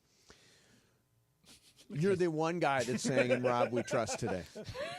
Well, it's good. Nobody has anybody else said in Rob we? I don't think so. Hey, I'm a big Rob fan. Okay. All right. And I have all the faith in him. I know having talked to him in the past, I think if anybody is concerned, it would be him. And I know that they're, working the phones all the time. I just hope that we get the right person, turn this around because as fans, we're going to stick with this team no matter what. Yeah. And we have to be able to make sure that we're going to get the positive out of it. There you go. The positive out. We're ending on an uplifting note, Jacob. Uplifting note. Let's I like do it. that. Just like when Jacob handles one of your cases. Yes, that's right. Uplifting note. He will absolutely be uplifting when you are in that. If you are in that situation, Jacob, great seeing you, man. You too, guys. Thanks for coming in. Take care. Thank you. Coming up next, we're going to do some super crosstalk with both Shadano and Cap today. Mason and Ireland, 710 ESPN. Still throwing it down. Backdoor cut to LeBron and a thunder dunk. Beautiful pass, and LeBron slams it home. Guess who's back? Still hitting big shot after big shot. Three-pointer. Good again! Who is this guy? That's the oldest player in the league? Live every thrill of LeBron and the Lake Show on 710 ESPN. Still running the game, still.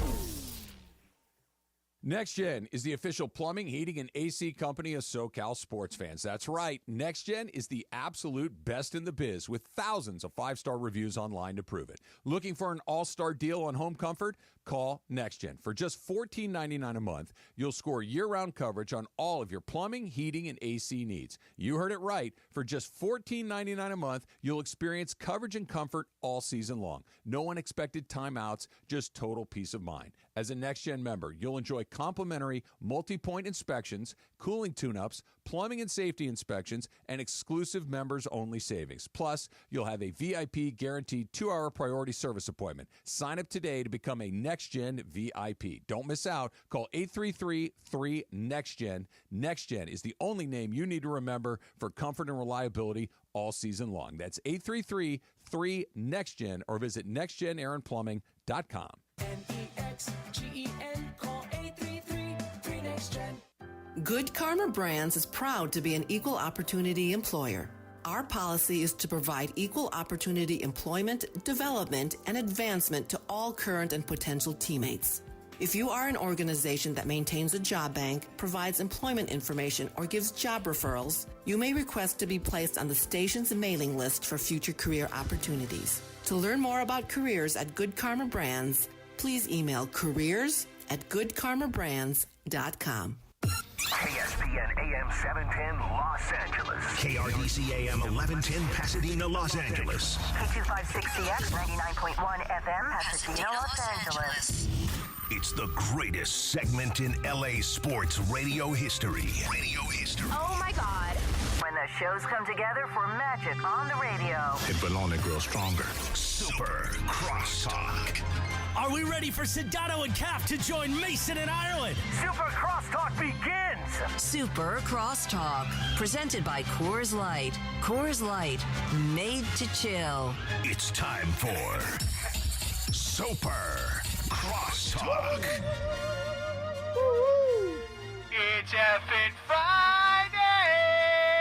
Well, point of information, it's Thursday. It is Thursday. Are you under the belief that this is Friday? Well, it's Captain? our Friday. Oh, it's your Friday because you have we're no show off tomorrow because yeah. of the Atlanta game, right? So this is technically your Friday. It's Effort Friday. Yeah, excellent. So we should expect fireworks this afternoon. There should be fireworks today, George, because let's face it. I mean, listen, you and I this week, George, Tuesday, Thursday. Yeah. Next week, only Monday, Tuesday, Wednesday. Then you've got a Rams game on Thursday and a Lakers game now added on Friday. So, Mace, we're into the holiday season, and we are taking days off like we're you. Okay, I said this earlier. Since August, I've taken 3 days off, 3 shows off. Just by reputation, that's all. I'm Just by rolling. I'm reputation. rolling hard this year. You're like Alabama. You're like going on for reputation. Yeah, exactly. Exactly. That's the only reason they're there. It's By the way, brand. it's nice to see you're produced by a real producer today too. Isn't it? Yes. Isn't it though? Wow. Yeah. So this is the most exciting. And by the way, news. for those that don't know, just Tudia, Emily is producing. yeah, today. Emily, and she's been. I mean, fantastic Bergman doesn't this even week. want to produce you at this point. No, he just wants on the air. Right. He just All he Bergman wants is- Bergman has given up on producing. He just wants Right. Ireland's job. Right. He doesn't want to be manager of audio operations. Nope. No, You know, every once in a while He's likes like, to do that. I want to do noon to 3. Yeah. That's what he's saying. He wants it to be Mason, Ireland, and Bergman. And Bergman, exactly. MIB. Yeah. Oh, yeah. MIB. MIB, sure. That could be the new name. Yeah, it's not happening. Not happening. Greg's got a long way to go. Oh. I mean, if you've never allowed Ireland's name to be in front of yours, to Right. hell with Bergman. Well, wait. Well, it wouldn't let be me- in front. It would just, Let me just say this so Yeah. that there's a moment of real conversation here. Okay. Greg is getting a lot better on the air. He is. I think He's good on the air I now. think he's Sure. been fantastic. Yeah, he is good. But He knows but, Dodgers more than anybody. Yes. But Almost like weirdly so. but Yeah, weirdly so. But and be honest. I don't Just have say a what but. you want to say. There's no but. No, there's a but. But he's not ready to be on Mason and But Ireland. he's not. Yeah, exactly. Yeah, he's I mean, not you ready to be guys on Mason are and Ireland. the crown jewel of Yeah. sports radio. He doesn't quite have the Here in LA. Yes. the The oomph, be the on growl. Mason He doesn't have the. He doesn't growl well enough. No, he does. He's not a good growler, and Yeah. his good afternoons are soft. Oh, well, there you go. really? Yeah. He's got to work Really? on Very those. soft. Yeah. Good afternoon. Really? Yeah. Good afternoon. And he doesn't do it well. So He he's doesn't like do it well. Practice squad. He's on the practice squad. Okay. Yeah, yeah. The No, taxi it's squad? Stetson Bennett. Oh. He's The backup quarterback? He's Bennett. active, but he's our third quarterback. Oh, I see. Right, Yeah. right, because you have Jimmy G. That's Exactly. Right. Who's your Jimmy G? Probably Ramona. Andy Ramona. Ramona. Yeah. But I just have a question though. Yeah. If Bergman were here today Yeah. and active on the roster, Yeah. is he sitting where the legendary Andy Kamenetsky is sitting today? No. He's not. No. You have him on the other But side. I'll tell you, we have him over there. Oh, over here to the third chair. So he's in the third chair, Yeah. and then there's always like a Momo or Andy there Right. because somebody's got to do the heavy lifting, and Yeah. then Bergman could jump in and Right. throw in the spice. Yeah. Okay. Because that's what I think of when I think of him. Yes, he's Throwing in spicy. the spice. He's exactly. spicy, man. Throwing He's in the spicy, spice. babe. I don't even know where You know these he's in thoughts Hawaii come right from. now getting some text or tweet, and he's like going bonkers. You know right what? now. I think he deserves that trip to Hawaii. I do too. I think everyone deserves a trip to Hawaii. He works very, very He hard. does work hard. Yeah. I mean, we kid because we care. As, Yeah, exactly. we said. I'm trying to say, I'm trying to mix in nice things, Yeah. so that when he listens to this segment, Right. he'll say, "Oh no, that wasn't so bad." Yeah, Yeah. it really wasn't so. No, bad. No, Listen, no, this is pretty here's the benign. thing. He's come a long way with the being made fun of too. Yeah, he has. He used to really bristle. It and used to really get to him. too defensive. He's now like he just like shrugs his You shoulders. just got to now. take your punches around here. Right. You just got to roll. It with happens Especially to around everybody. here. Yeah. Cappy, you just got to roll with it, right? I mean, Big time. Cappy has come out the other side a long time ago, actually. Yeah, no, Cappy actually started there. Right? Yeah, The only he person- started the only- with the ability to take punches. The only person that irritates the ever-living hell out of me when it comes to taking punches is Morales. Because Morales, he can't take 'em. the one thing that bothers me about No. Morales is Yep. he always calls me an idiot. And honestly, he's about one of the dumbest human beings I know on planet Earth. So in comparison to me, I'm a freaking genius compared to him. You're Mensa, baby. Right, and he tells me I'm an idiot. He's an idiot. So I would jump in on this, except Chris and I are going to reboot our relationship. Oh, really? Tell me You're on about a reboot. I want to hear about a relationship wait. reboot. How did this come about? Because I said a couple of things I probably shouldn't have. What'd you said. say? I was there. Yeah, for it that. was. You were there for the one. You day. called him an a-hole? No, Yes. I did not. I That's didn't. what he says. I called him something else. What'd you call him? A bleeping a-hole? No. Tell us. I called him a D word. Yes, an appendage. Oh, yes. I heard that's what it was. I was Yeah. in the On room the for air. that. On the Yes. air. Yes. Which, Yeah, Wait, he you- had just come in here and dressed me down. I'm like, don't dress me down during the middle of the show. Dress me down after the show. Right. Okay. I don't want feedback while it's all happening. I don't want to be naked during the show. Exactly. And then you called him a D word on the air. Correct. Yes. Okay, and then what happened? He got very pissed off, and it came up over and over and over again. I finally said, Chris, let's reboot our relationship. I will take you to dinner at our favorite steakhouse, Dear John's. Wow. And we will Can we reboot our things. relationship? Yeah, really. I think we need a got issues reboot. with you, Mace. You guys, I don't even need to reboot. I'm just We're saying, a couple I of wanna go to D's, Dear too. John. Exactly. Yeah. No, you're We're not D's. D's. You're not Yeah. D's. We're D's. No, you're If my I favorite become one, afternoon do I show. get the steak dinner? Cappy and I want to reboot our relationship Right. with you. We want to reboot with you, Mace. Yeah. We got nothing wrong going on, do we? Well, we're going to create something then. Side note. By the way, I never got to reboot my relationship with you at Dear John's. We just hashed it out on the air. Correct. Well, there's another way to do it. Yeah. What did you played me cursing on the air? True. Yes. You did curse on the. That's Well, right. I cursed on your phone. On my phone, which you and I then played it on the air. Exactly. By the way, I've come a long way since You then. have. Listen. That's how the alliance started. Yeah, it is. Is because you came a long way. Yeah. And we've been great since. Yeah. I even told you the other day. I think we should just start something, just because it's getting stale. You think so? I just think the audience loves it when we do something like They do. They love pointed that at each stuff. other. It's the holiday season. I don't want to. Yeah, I'm not in the mood. Yeah, I'm not in the mood during the In the new holidays. year, we'll find some time. In the new year, we'll piss each other Well, off. we got to do it leading up to the Mandy's too. Oh, that's right. You know, Oh, we got to Mandy's- write the storyline. Mandy's Sweeps week 4. time. Right, exactly. When our Are you- sweep. So For us- you called Morales Never. a D, and now there needs to be a reboot. That's Yes. unbelievable. He to just me. wanted a steak dinner, I think. No, it was a legit tense moment. No, That I was- got to tell you. Yeah? It was the most tense moment I have had with Morales ever. Did Where he does threaten you? Where does No. Where does it rank in regards to tense moments you've had on the air? Period.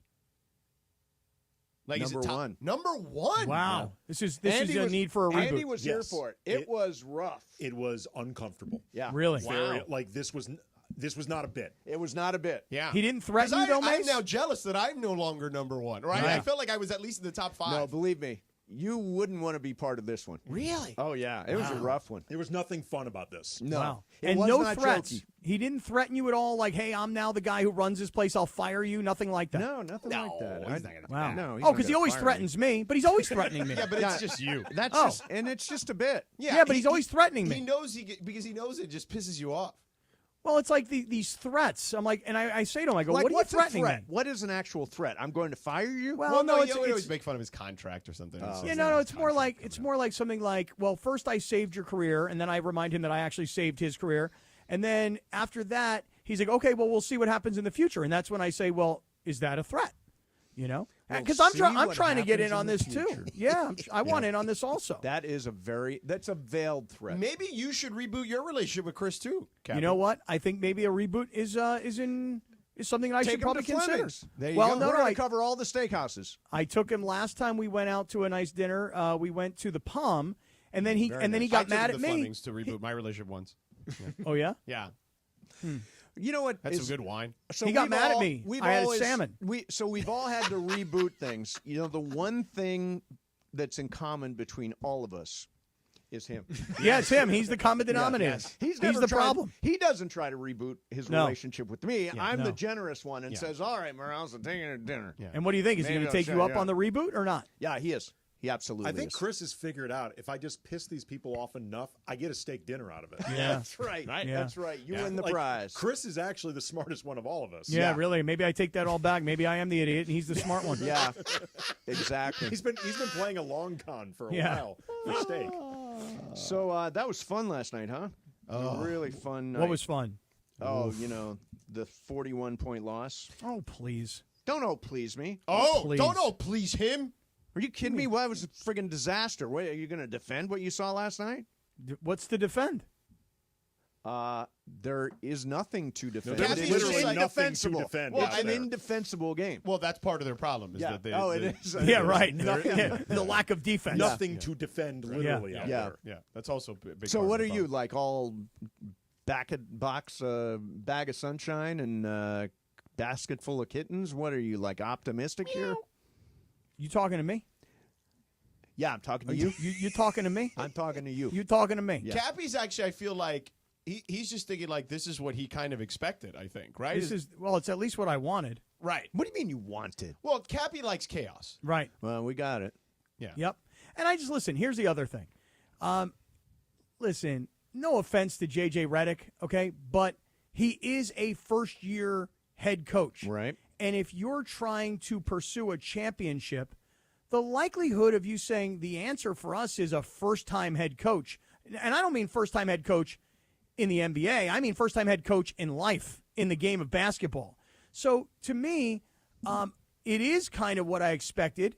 But then those first probably, what would you say, guys, maybe like 12 or so games? Yeah. We were all like, whoa, wait a second here. Yeah. JJ's good. Yeah. AD's unbelievable. LeBron is defying time. And now reality has hit. Yeah, it's a long season. It is a long season. They're obviously in a terrible patch. Yeah. Hopefully that was rock bottom. By the way, the Dodgers, I saw, your Dodgers have spent more money than anyone this offseason. Well, Blake Snell's most of it. Yeah, right. Do you expect anything else? Yeah, Tommy Edman, nice deal, too. Tommy Edman. Tommy Edman did get a nice deal. So Buster Olney said his belief is that Roki Sasaki has already made up his mind, and it's the Dodgers. Oh, well, I mean, listen, bring Sasaki, you got Yamamoto, you got We're Ohtani. loaded. Let's go. Let's just bring all the Japanese All-Stars. Yeah, now we may lose Bueller. I think Bueller's I probably heard- going to wind up in with the Mets. Mets, Detroit, and there was one other one. Atlanta. Those are the three I heard. What about Soto? Any word on Soto yet? No, I think he's going to the highest bidder, whoever that is. I have heard. Oh, you've heard? That it's Toronto has made the biggest offer. Yes, I read that somewhere. And the Mets are right there. Yeah. When you say you read it somewhere, do you mean like you wrote it down and then you read it? No, or on the what do you internet. mean? On the internet. Oh, the got it, internet. got But it. I says thought that. Steve Cohen, the Mets owner, said he would never get outbid for Soto. Oh. Well, they're back for second offers now, so Yeah. maybe Round Cohen is. two. But I it's can't believe definitely that- over 7. I can't believe the Yankees are not going to get him back. Like, that is it, we are in a different era of Yankee baseball. Yes. Because George Steinbrenner would have paid him whatever he wanted. Yeah. And maybe I'm just old now, and I just remember that George Steinbrenner would have gone to the mattresses to keep him, and then if he sucked, he would have destroyed him. Yeah, right. But, like, I am stunned that the New York Yankees are going to let Juan Soto walk to the Mets or the Blue Jays. I don't think there's any. They may make the biggest offer, but I think Juan Soto wants to win, and there's no guarantee of that with the Toronto Blue Jays. You would think, too, if the Yankees truly want Soto, that they would watch what just happened with the Angels and the Dodgers, and the Angels letting a guy like Ohtani go out the door. Walk for nothing. For nothing, and what's happened to the Dodgers since, that they would want to avoid that. Well, and don't forget Andy, and in the same town. In other words, if he were to leave and go to the Mets, that would be really bad. And if he were to leave and go to Toronto, then he's at least in the same division. But the Angels had to live with, oh my God, look what Otani's doing. And we have to sit here and read about it every day. Or Let's hear about pivot it. off that. We were talking about our favorite songs today. Yeah. Favorite songs. Okay. And I'm going to play mine. Okay. Oh, you're the weak.